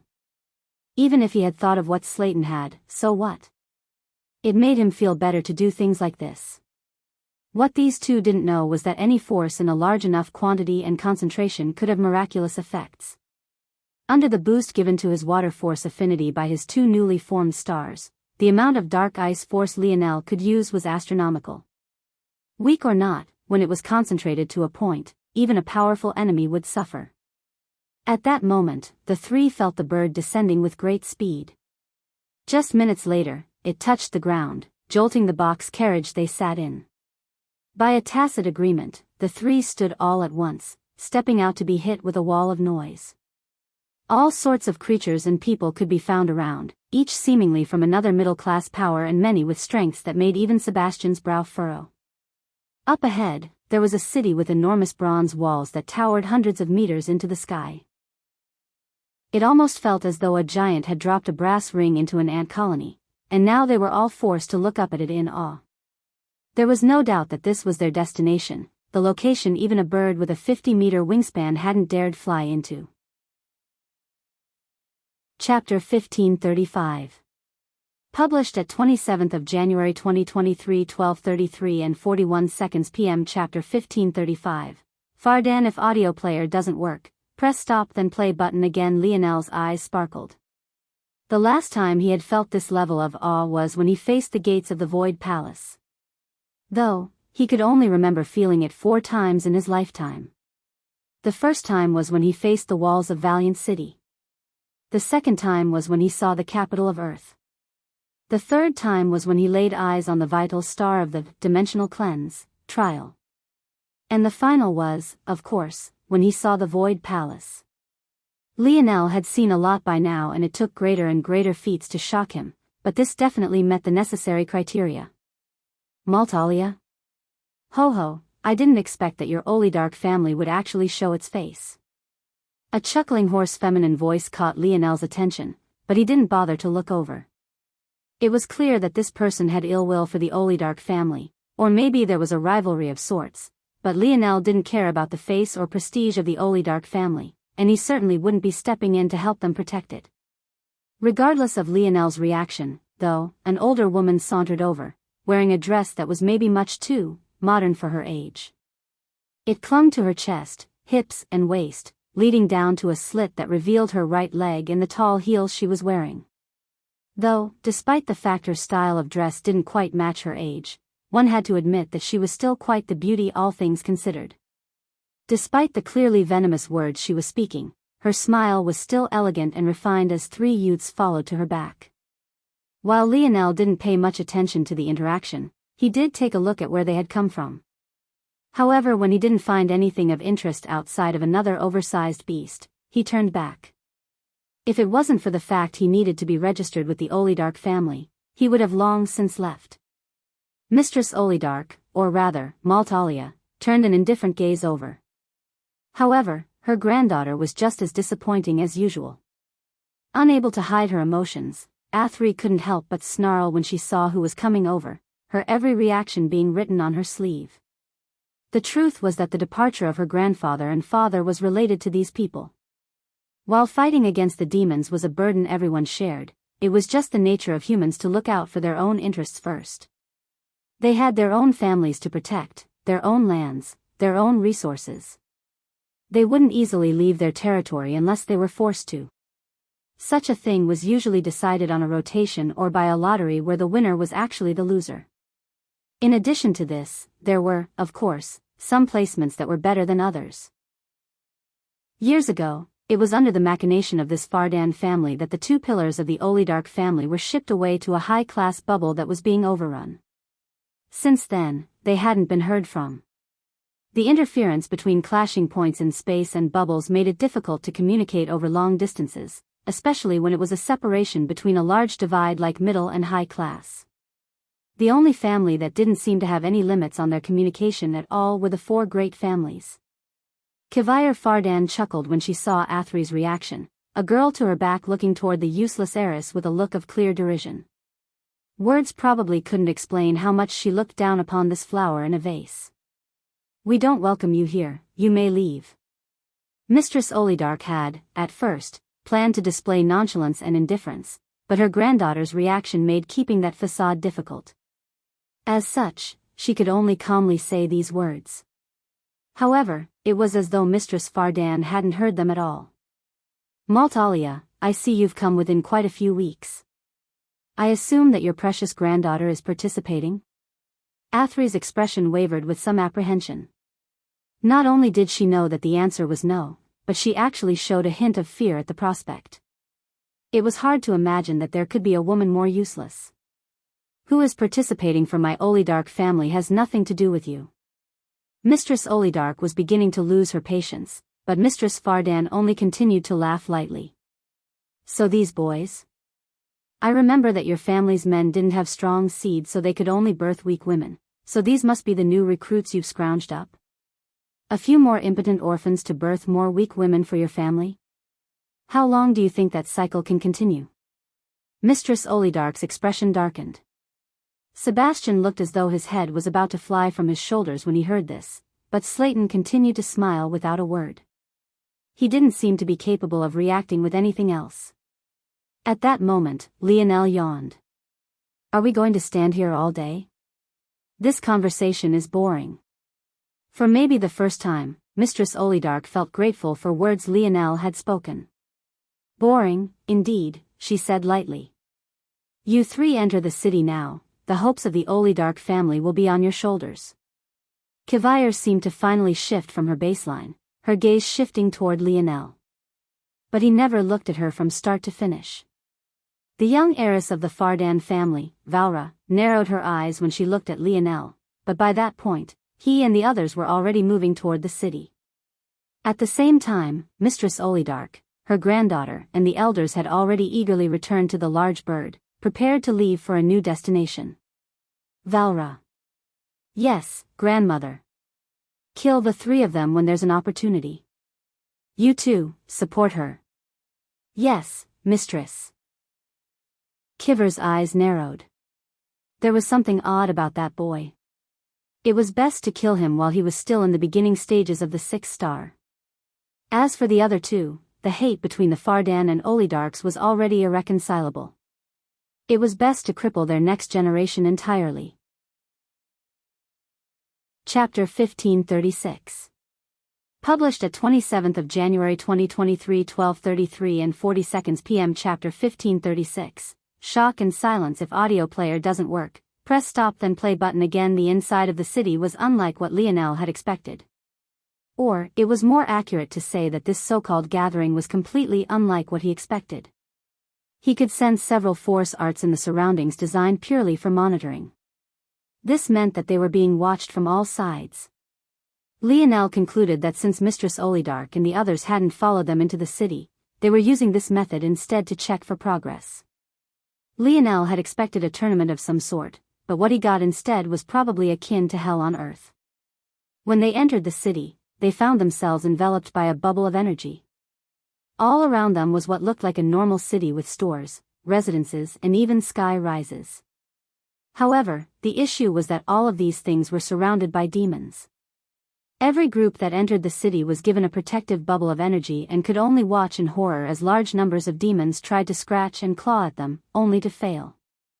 It suddenly became very obvious that this protective bubble and the tall city walls didn't exist to protect those from the outside from coming in. Rather, it was the exact opposite. They were designed to keep these demons in.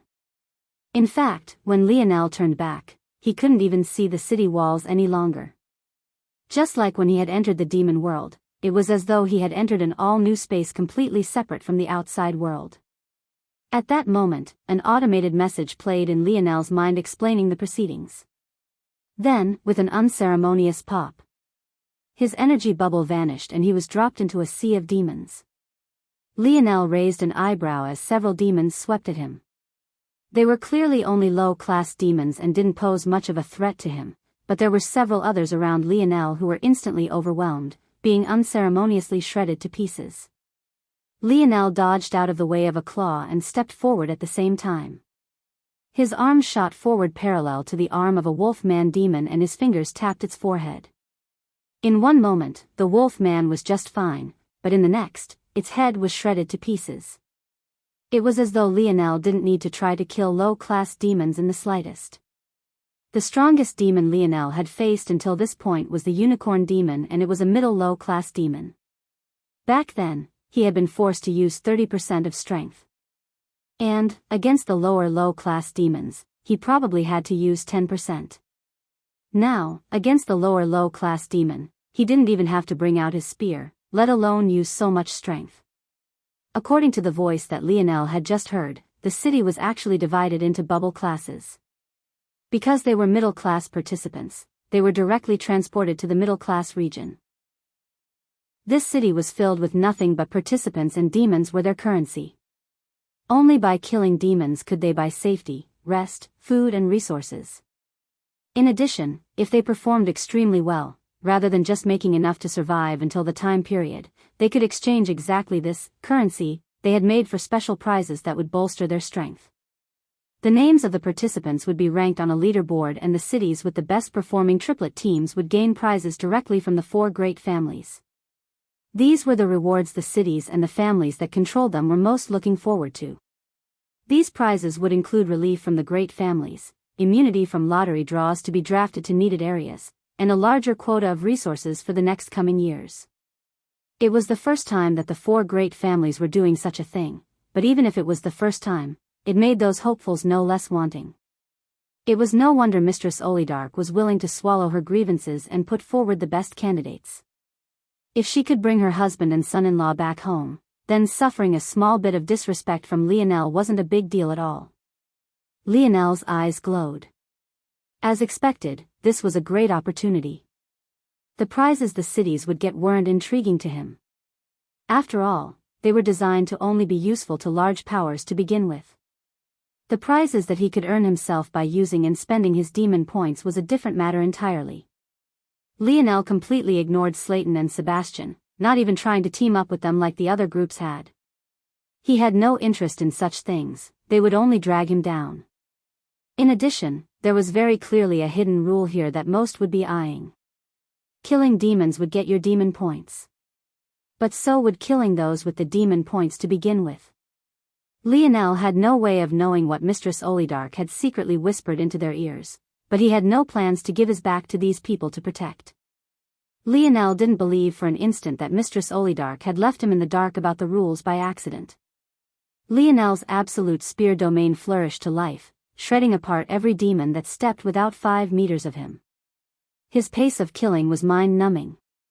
In just a few seconds, he had already left those that had spawned with him in the dust. There was something else about these rules that greatly intrigued Lionel as his ranking quickly shot up. It emphasized that he had been spawned into the middle-class region. Did that mean that there was a chance to exchange his demon points to enter a higher region? And if there was, he had a feeling that there would be even better prizes to exchange for there. In a location high in the sky, floating in a cloud above, a gathering of elders, family heads, and organization heads came together. Several leaderboards could be seen and various groups found their own and intently focused on it. Best on the side, several screens of live action played, but they mostly focused on high rankers or interesting life and death situations. When the new arrivals came, without pause, they all moved forward to greet the same man sitting high on a throne.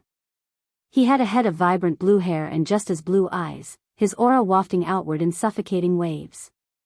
Everything about his air screams majestic and mighty, not to mention impregnable.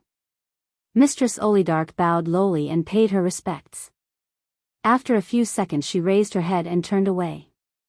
The man never acknowledged any of them, but this was already to be expected. What wasn't expected, though, was that if Lionel was here he would have been shocked and silent. His mind would spin, unable to quite compute what he was seeing. Whether it was the hair, the eyes, even down the exact aura, this man was a perfect replica. It was impossible for it to be a coincidence.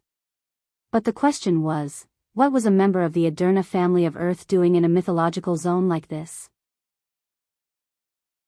Chapter 1537. Published at 27th of January 2023 12:33 and 38 seconds p.m. Chapter 1537. Next victim. If audio player doesn't work, press stop then play button again. There were over 30,000 participants in the middle class sector from over 10,000 cities, families, and organizations. Maybe it was because the great families didn't care for the lower classes all that much, or maybe they just couldn't be bothered to care about perfect fairness. But Lionel and the others had only entered after already about 80% of the coming participants had done so. Even so, in just a few seconds, Lionel leapt through thousands of ranks from lower than 32,000, all the way up to 19,000. He wasn't the first to have such an enormous leap among the middle classes, but this was still large enough of a leap to cause one of the many monitors to suddenly focus on him. Mistress Olidark and the others who were paying a great amount of attention to the middle class immediately spotted this. But when they saw that Lionel was alone, unlike most of the others, their expressions immediately became ugly. This was the middle class sector. Even though the front was loaded with lower class demons, it wouldn't remain like this for long. Very quickly, Lionel would run into middle lower class demons and higher. Eventually, true middle class demons would appear and a single group wouldn't be enough. Mistress Olidark's face went completely dark. She knew why Lionel had done this. He didn't trust Sebastian or Slayton.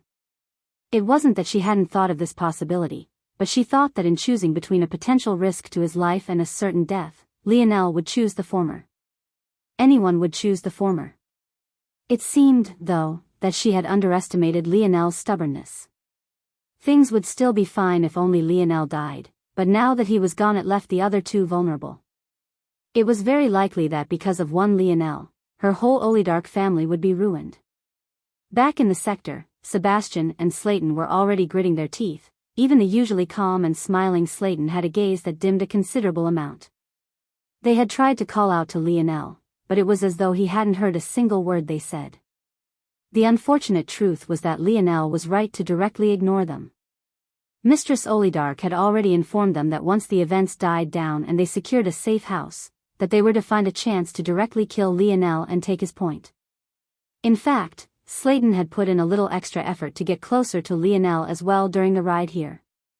However, neither expected that Lionel would disregard his own safety to spite them. It was like Lionel was dragging them toward death. If he was going to die, then they could all die together. Sebastian and Slayton both turned serious as they felt a subtle trio of gazes land on them. They didn't need to look over to know that it was the Fardan family participants.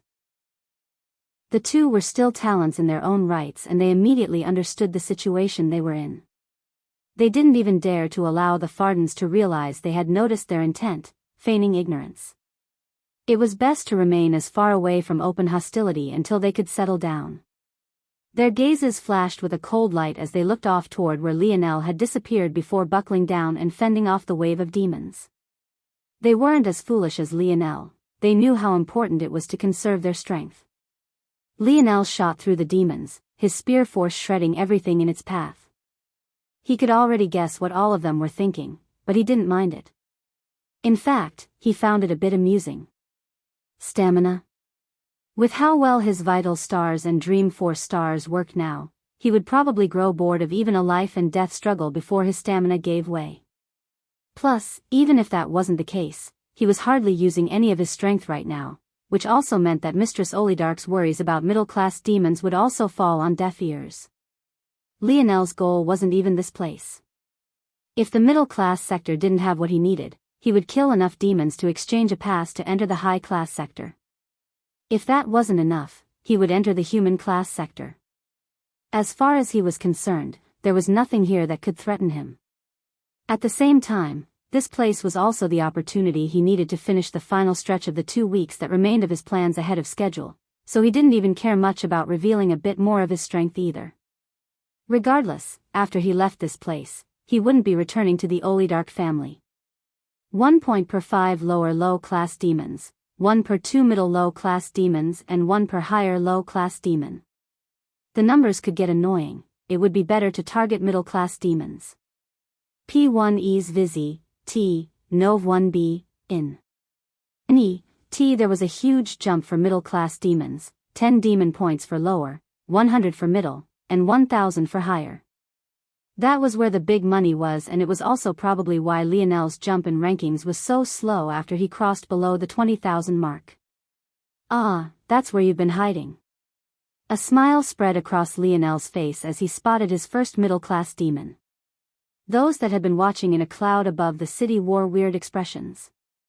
Many who had a relationship with the Olidark family had already made the connection since the name Lionel Olidark was on display for all to see. Those who had good relationships with the family looked toward the mistress with pitying expressions, but many more laughed and sneered. Didn't it show a lack of foresight to allow such a youth to participate in such an important event? But it wasn't long before those smiles froze. Lionel shot toward the low-middle-class demon like a bulldozer. He didn't even levy an attack, just letting his absolute spear domain rip it apart. Flesh worth its weight in gold fell to the ground in a rain, but Lionel didn't seem to care about it in the slightest. He shot forward, looking for his next victim as though nothing had happened. Chapter 1538. Published at 27th of January 2023, 12:33 and 36 seconds p.m. Chapter 1538. Sky rises if audio player doesn't work. Press stop then play button again. Mistress Olidark stood frozen. After a long while, she released a self-deprecating laugh. She realized right then that one way or another, the Olidark family was finished. She had underestimated Lionel. With this level of talent, how could the Morales family not have been at least a high-class family? In that case, so long as Lionel rose high enough, he would catch the attention of the enemies that had destroyed it. Once they saw the name Olidark, even if they didn't act now, in the future her family would find itself facing an unknown behemoth. Even if by some miracle Lionel passed under the radar, overperforming to this extent would net him too much power. With Lionel's personality, he would hesitate to betray them and come back in the future for revenge. And, to make matters even worse, even if Lionel was still overestimating himself and he ended up dying, Sebastian and Slayton weren't far from following in his footsteps. One way or another, no matter how she flipped and analyzed it, they were finished. Lionel zipped around, finding every middle-class demon he could and shredding them to pieces. His ranking continued to shoot up by large strides, from 19,000 to 15,000, and then from 15,000 to 12,000. It had only been several minutes since he entered, but he had already accumulated over 300 demon points. This city is so large, it feels like a world of its own. Before I make any other moves, I should check these shops to see what's going on. Lionel chose a random shop, blasted the demons around away and tried to enter. Immediately, he was greeted with a message. It told him the level of the shop, the entry fee, and how long he could stay inside.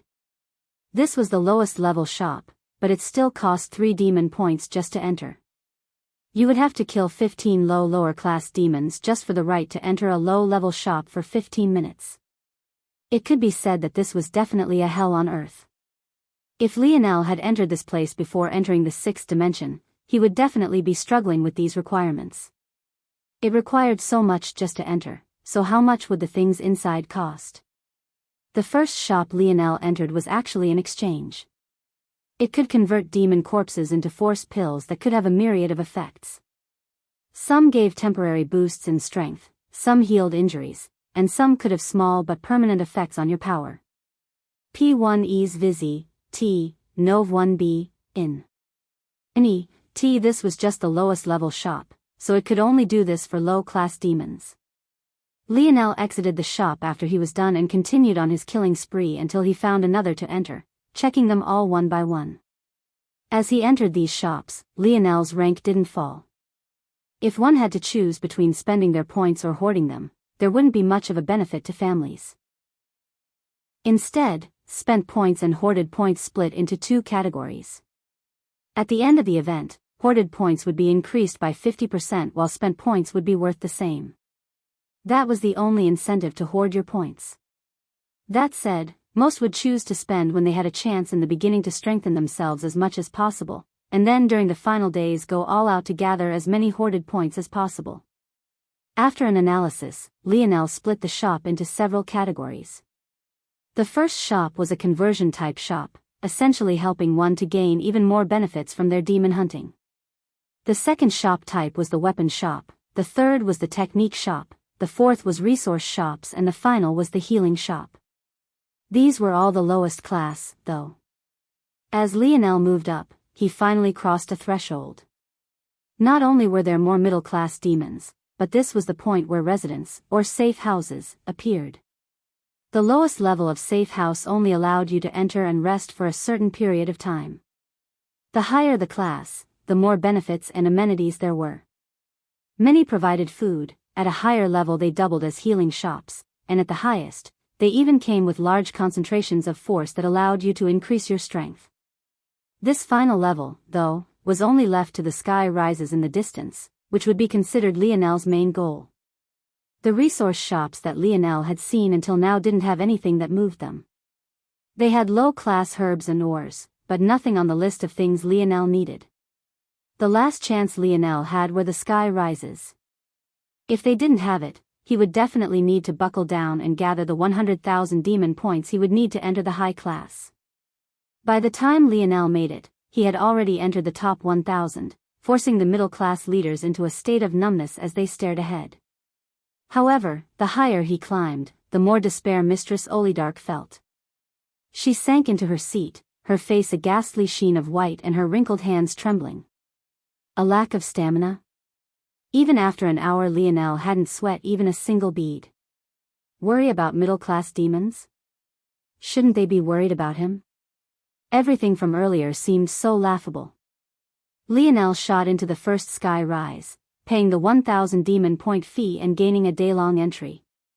He looked around, finding several gazes suddenly landing on him. The elite of the middle-class cities were surprised by a new entry, especially since they didn't recognize who he was. But Lionel didn't care for them even a bit. He was on a time crunch. This event wouldn't last forever, so he had to do his best with the time he had. Without hesitation, he entered the first shop, his gaze sharpening as he scanned the items one by one. Chapter 1539. Published at 27th of January 2023 12:33 and 34 seconds p.m. Chapter 1539. Top prize if audio player doesn't work. Press stop then play button again. The items here were most definitely better than what he could find outside, and the refinement shops could refine even high-class demons. Not that you'd find any here. But the breathing rooms still allowed for the force pills you received in return to be of higher quality and greater yield. Lionel was absolutely certain that this was at least a gold grade zone, or else there wouldn't be so many powerful individuals here. So, he was also certain that he could take things out as well even if it wasn't a unique zone. Not that he was quite certain of this either. As such, Lionel wasn't just on the lookout for the materials he needed, but he was also looking for things that might be of interest to him. In a mythological zone like this one, not only were there bound to be a new magic system, but there would also be new technologies the real world wouldn't have. For example, Camelot had used crystal balls to store and exchange information. Although the Void Palace had something similar with their pendants, it still wasn't exactly the same. Plus, it also had to be considered that Camelot's zone was very low level compared to the Void Palace. The fact they could form even a similar technology was highly impressive. And it confirmed that a high-level zone like this one would most definitely have something even more impressive. Lionel just needed to find it. Lionel chose to ignore the refinement shops for now, as demons of this level weren't very useful to him. He had already simulated it, and his body was much too powerful to benefit even from these higher-yield force pills. It would likely require one refined from the body of a human-class demon before there was any substantial change. Techniques also weren't very interesting to Lionel. With his grandfather's methods, he didn't feel the need to focus on them. He could create his own with combinations of words. In addition, one day he'd be able to reclaim the segmented cube, so the techniques hidden within the bronze tablet would supplement his starry-tailed fox lineage factor. This was all on top of the fact the Morales family had a copious amount of techniques perfect for their lineage factor, not to mention Lionel's self-created, star fusion. And of course, Lionel had learned his lesson. He no longer felt like it was right to bother with other force accumulation techniques when Dimensional Cleanse had so many secrets that he had yet to tap into. So, Lionel focused mainly on resources. He was also in great need of a top-class bow and arrows. Nothing on the first floor met his standards, so he immediately went up, paying the fees without batting an eye. If there was anything that he couldn't afford, he would simply go back and earn the demon points he needed to exchange for it. The geniuses on the first floor couldn't help but look toward one another. Even they felt the pinch shooting up like floors like that. That was why they had stayed on the first floor to rest. But Lionel had just entered and didn't even hesitate. Check the rankings. Are there any names you don't recognize? P1 Ease Vizzy, T, Nov 1b, in Ni, T, there, at 671st, Olidarch? That family that can't produce any heirs? That should be him, but it's not adding up. They shouldn't have anyone that powerful. 671st is still manageable. It's not enough to be worried about gaining the top prize. But judging by how he's spending his points right now, he doesn't seem to care very much at all. He's likely very confident that he can climb much higher. He came alone and he's completely uninjured. He's definitely a threat. The gazes of the geniuses grew serious. The top prize was something most of them were getting for, even though they were aware that it was unlikely for them to get it.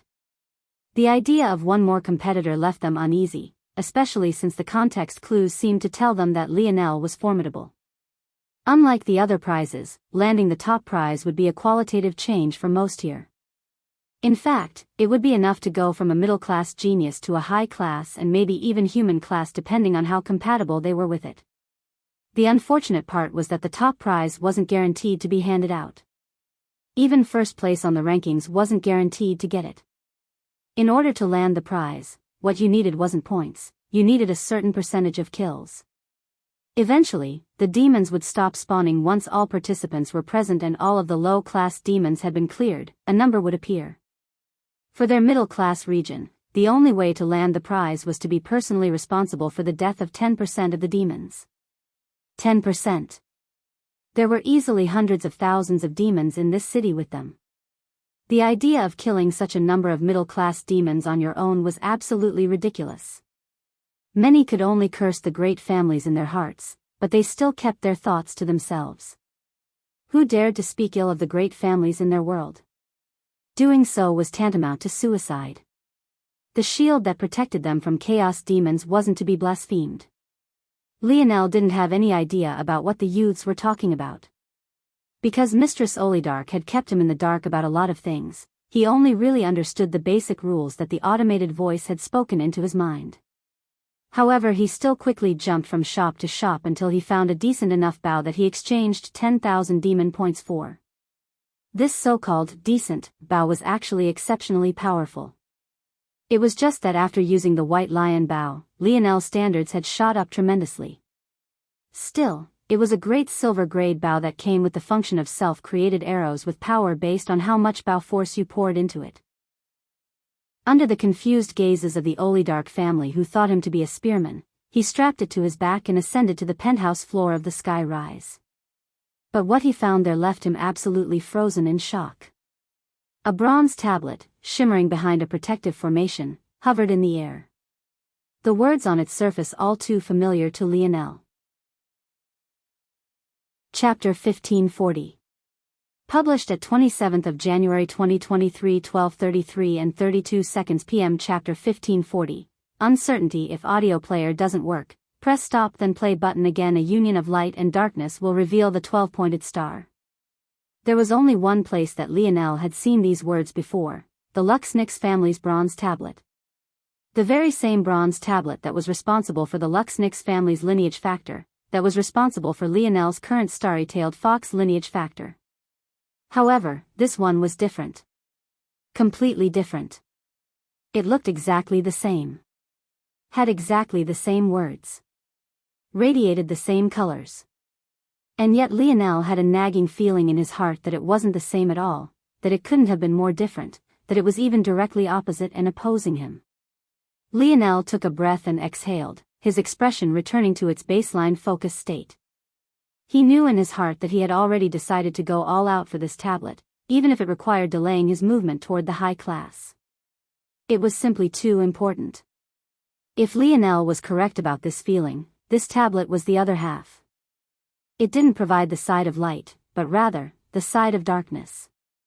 Lionel had no idea why it would be here or how this world was related to the tablets, but the more he learned and found out, the more confused he became. Even his mind couldn't wrap around exactly what was happening. Lionel chose the only method he could and finally read the introduction. But to his disappointment, it didn't give him what he needed. However, after getting over his disappointment, Lionel's eyes glowed. According to the introduction, what you saw here would be whatever you needed the most. Apparently, what everyone saw here would be different to guarantee the quality and value of the top prize. The trouble was that after reading into the fine print, the prize wasn't guaranteed to be useful to you either. If you, say, already had the lineage factor, the limitations of a middle-class top prize wouldn't allow you to gain the silver tablet you needed to continue. This meant that the best you could hope for here was a bronze tablet.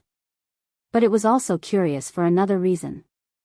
This didn't guarantee that Lionel would be able to use the tablet either.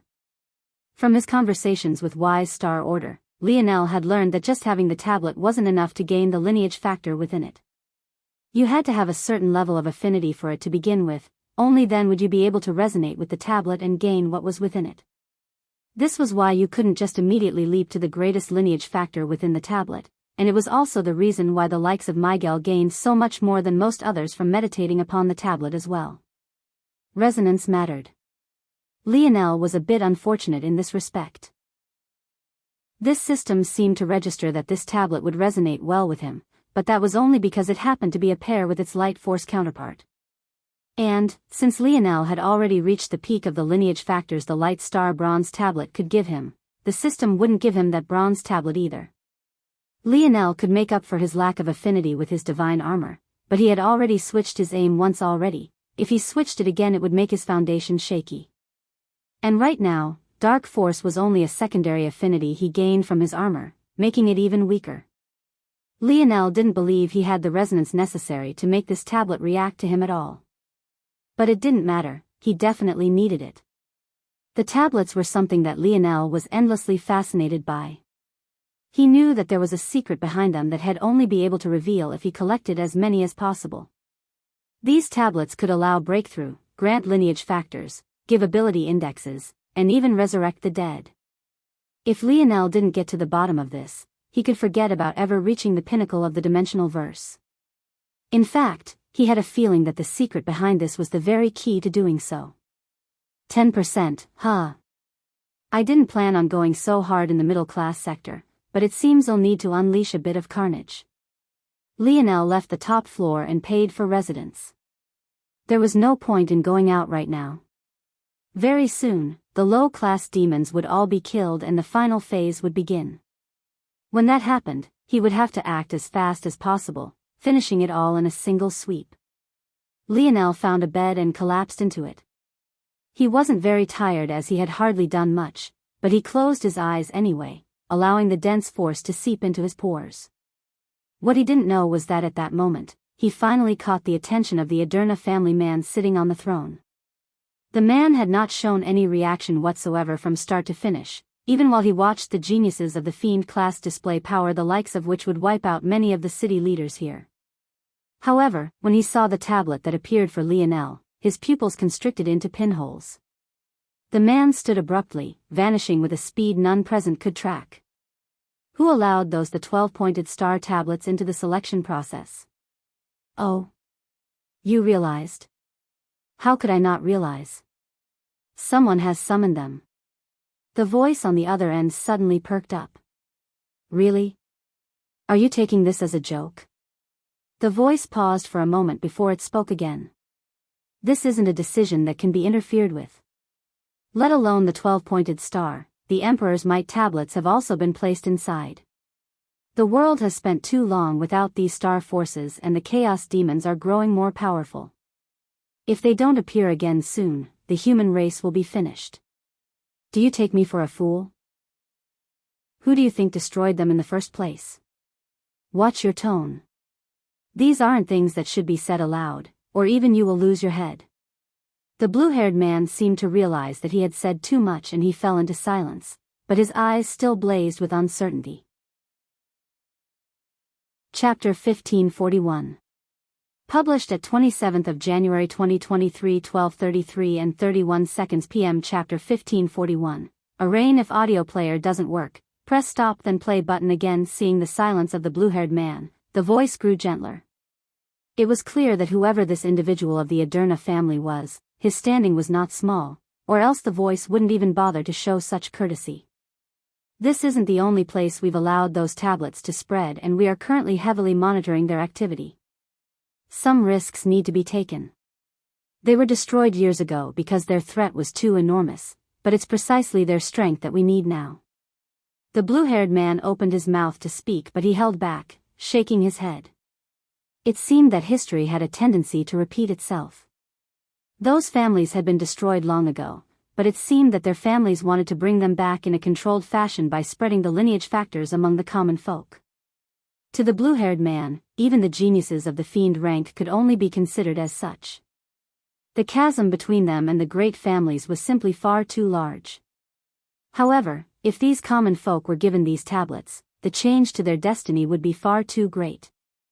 Who was to say those families wouldn't rise up again? Just thinking about it logically, it made no sense. If those who managed to get their hands on these lineage factors were restrained enough that they could be controlled and managed, how would they be able to help against chaos demons the great families couldn't deal with? And, if they were unleashed enough to grow powerful enough to deal with matters the great families could not, then how would their four families keep control of them at all? No matter how you looked at it, it felt like they were dropping a stone on their own feet while seeing it through all the way and not even attempting to dodge. It was a recipe for disaster, and the four great families could be greatly shaken by this like they once had been in the past. The higher-ups aren't fools, Avras. They know what they're doing. The Dream Project will be the key to it all, and the results are forthcoming. In as little as 1 to 200 years, it will be completed and the result will be apparent for all to see. Avra's brows jumped when he heard Dream Project. The words alone seemed to settle his nerves, and his understanding grew by a large measure. As for what those two words represented, maybe only the highest echelon of this world knew. You heard the snap that rang out that day just like I did, Avras. However, what you don't know is that eighth barrier to the chaos bubble shattered along with it. We don't have much time left, some chances have to be taken. Now go and do your duty. Don't allow anyone to see a crack in the shield of the great families. Avras shook from head to toe when he heard these words, but he clenched his jaw to stop himself, his gaze turning cold. Then, he turned and vanished, reappearing on his throne as though nothing had happened. Lionel had no idea what was happening and what the tablets truly represented, but his eyes snapped open just the same. It seemed that it was time. He jumped up, his gaze already cold as he regained his absolute focus. He flashed out of his residence. This one trip had already cut down his demon points by more than half, but he didn't seem to care. What he was about to do was going to give him more demon points than he could even spend in the middle-class zone. Lionel appeared on the first floor, several eyes focusing on him. However, he planned to ignore them all until his footsteps suddenly came to a halt. His gaze flashed, landing on a group of 3 young men in the corner. Their auras were so much more powerful than anyone else here that his gaze narrowed. Without even having to think, Lionel knew immediately what was happening. If even the likes of Sebastian and Slayton could have insider information, how could other, much higher-class families, not? If Lionel ran one of these families and wanted to maximize his chances, he just might send some of his geniuses to forcefully snatch the quotas of some weaker families. It was clear that the 4 great families were making some kind of push. For what, Lionel didn't know. But it didn't particularly matter to him. Very soon, he would be leaving this place. Lionel suddenly grinned at the trio. The provocation in his expression was impossible to hide. He didn't know why, but he suddenly couldn't control the urge. His bow flew from his back and into his hand as though it had a mind of his own, and he shot outside. The trio of young men's eyes sharpened. They burst into action, shooting out in a whirl of force. By the time they did so, their heads could only shoot up to find Lionel soaring through into the skies, his leaping strength beyond what they could fathom. A roar left Lionel's lips, his dream force stars whirling to life as his internal sight expanded so far that it nearly blanketed the entire city. At the same, his bow force spurred, blanketing the surroundings in a suffocating 6-dimensional aura. It suddenly felt to everyone in the city that no matter where they tried to hide, Lionel's arrow would strike true. Lionel landed on the top of the highest sky rise, pulling his bowstring taut. The strength flooding through his body was unlike anything he had experienced before. This was the first time he would let loose a bit since he stepped foot into the 6th dimension. But the feeling of being able to use the full power of his bow force without restraint was what truly made him feel like he was walking on air. Those watching were soon to witness something they could never fathom. A violet tsunami of enlightened Bao force gathered, forming an arrow so resplendent that it shone like the sun and so powerful it forced the air to quake. Lionel's stance suddenly shifted, pointing his bow straight up before releasing. Like a flashbang, the arrow reached its high point before exploding, a rain of thousands of arrows falling down like a rain. One by one, just as many middle-class demons were pierced through. Chapter 1542. Published at 27th of January 2023 12:33 and 29 seconds p.m. Chapter 1542. All if audio player doesn't work, press stop then play button again. Lionel's bow force seemed to have a life of its own, treating the lives of middle-class demons as though they were made up of nothing more than wet tissue paper. The feeling of finally being able to unleash his bow force without the support of external items made Lionel feel as though he was floating on a cloud. Every time he pulled his bowstring back, his grin grew wider and the light in his eyes only seemed to grow brighter. The eyes of the trio that had followed after him went wide and the elders that were watching fell into a deep silence. This was still just the middle class, but the power Lionel was displaying was clearly well beyond that. The challenge for the top prize wasn't meant to be cleared so easily. In fact, there was no guarantee that it would be claimed at all. If there was no one worthy, then the prize would simply return to the great families. It was that simple. However, at the pace Lionel was going, it looked as though he might succeed in as little as 10 minutes. And there was no one more clear about this than the youths below. The trio grit their teeth. Stop him. We'll have to kill him first, then secure the top prize.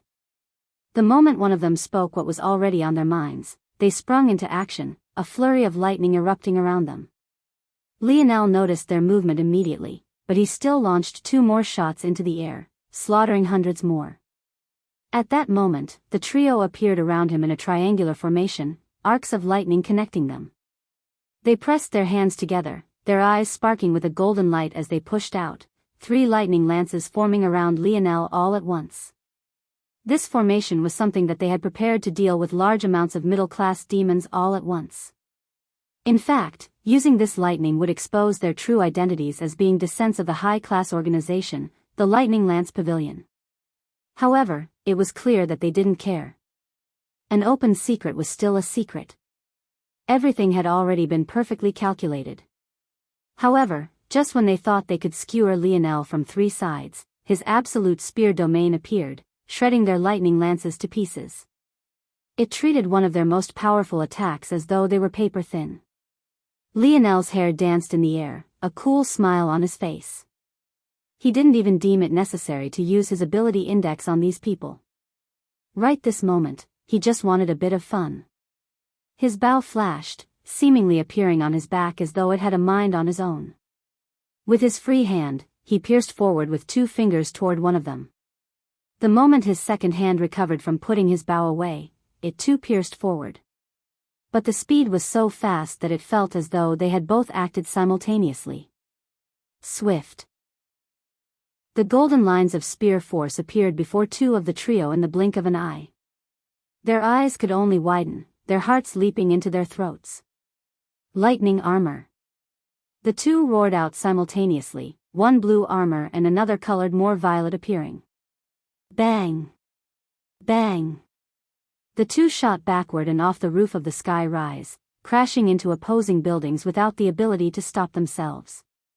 Lionel's body had already completed a half spin before he even saw his attacks land, gathering the momentum into a strong punch that caused the air to pop. The third member of the trio could only react in the very same way, his armor slightly tinged red. But he was sent flying backward just as easily. Lionel's body was so powerful that just the wind pressure of his strike alone made him cough up a mouthful of blood, and the force powering it nearly shattered his body apart. Lionel paused for a moment as the 3 shot through the city, their bodies wreaking havoc. Lightning armor? The name wasn't very unique and he had seen similar techniques before. But it felt so similar to his own divine armor. Of course, it didn't use earth force. But everything from the runes to the converging system to form an armor seemed all too similar. In fact, each of them even had a slightly different tinge or color, showing that they could follow their own paths just like he could. Interesting. Lionel smiled. His bow appeared in his hand once again, his arrows becoming even faster. The terror he rained made it look like he was the demon rather than the other way around. He relished in it, a feeling unleashing in his heart that tinged his irises red. His white bow force seemed to become tinged by the crimson energy as well, becoming more forceful and more powerful. Every time one landed, it would be as though a landmine had imploded within there. Head would be shredded apart like watermelon, chests would be split open, and entire limbs and shoulders would vanish into a swirl of crimson, never to reform themselves again. The trios looked up, shattered glass, metal, brick and stone laying around them. Their gazes flashed with rage. A mere middle-class genius had done this to them? The humiliation was more than they could stomach. However, they had been given a mission by their organization. The most powerful three of them had, of course, been sent to the high-class sector. The three of them could be considered to be 4th through 6th in ranking. But even with that being the case, they were supposed to have this victory guaranteed. They couldn't allow this to happen. All of you, one of them roared. Attack together now or else we'll personally kill you all. The roar shook the spectators awake, even those that were still struggling to make it toward the center of the city. When the Fardens, along with Sebastian and Slayton, saw who the target was, their eyes flashed and they shot forward along with everyone else. You're tuning in to the Carefree Valley YouTube channel. Don't forget to subscribe and join us on this journey to catch the most captivating stories.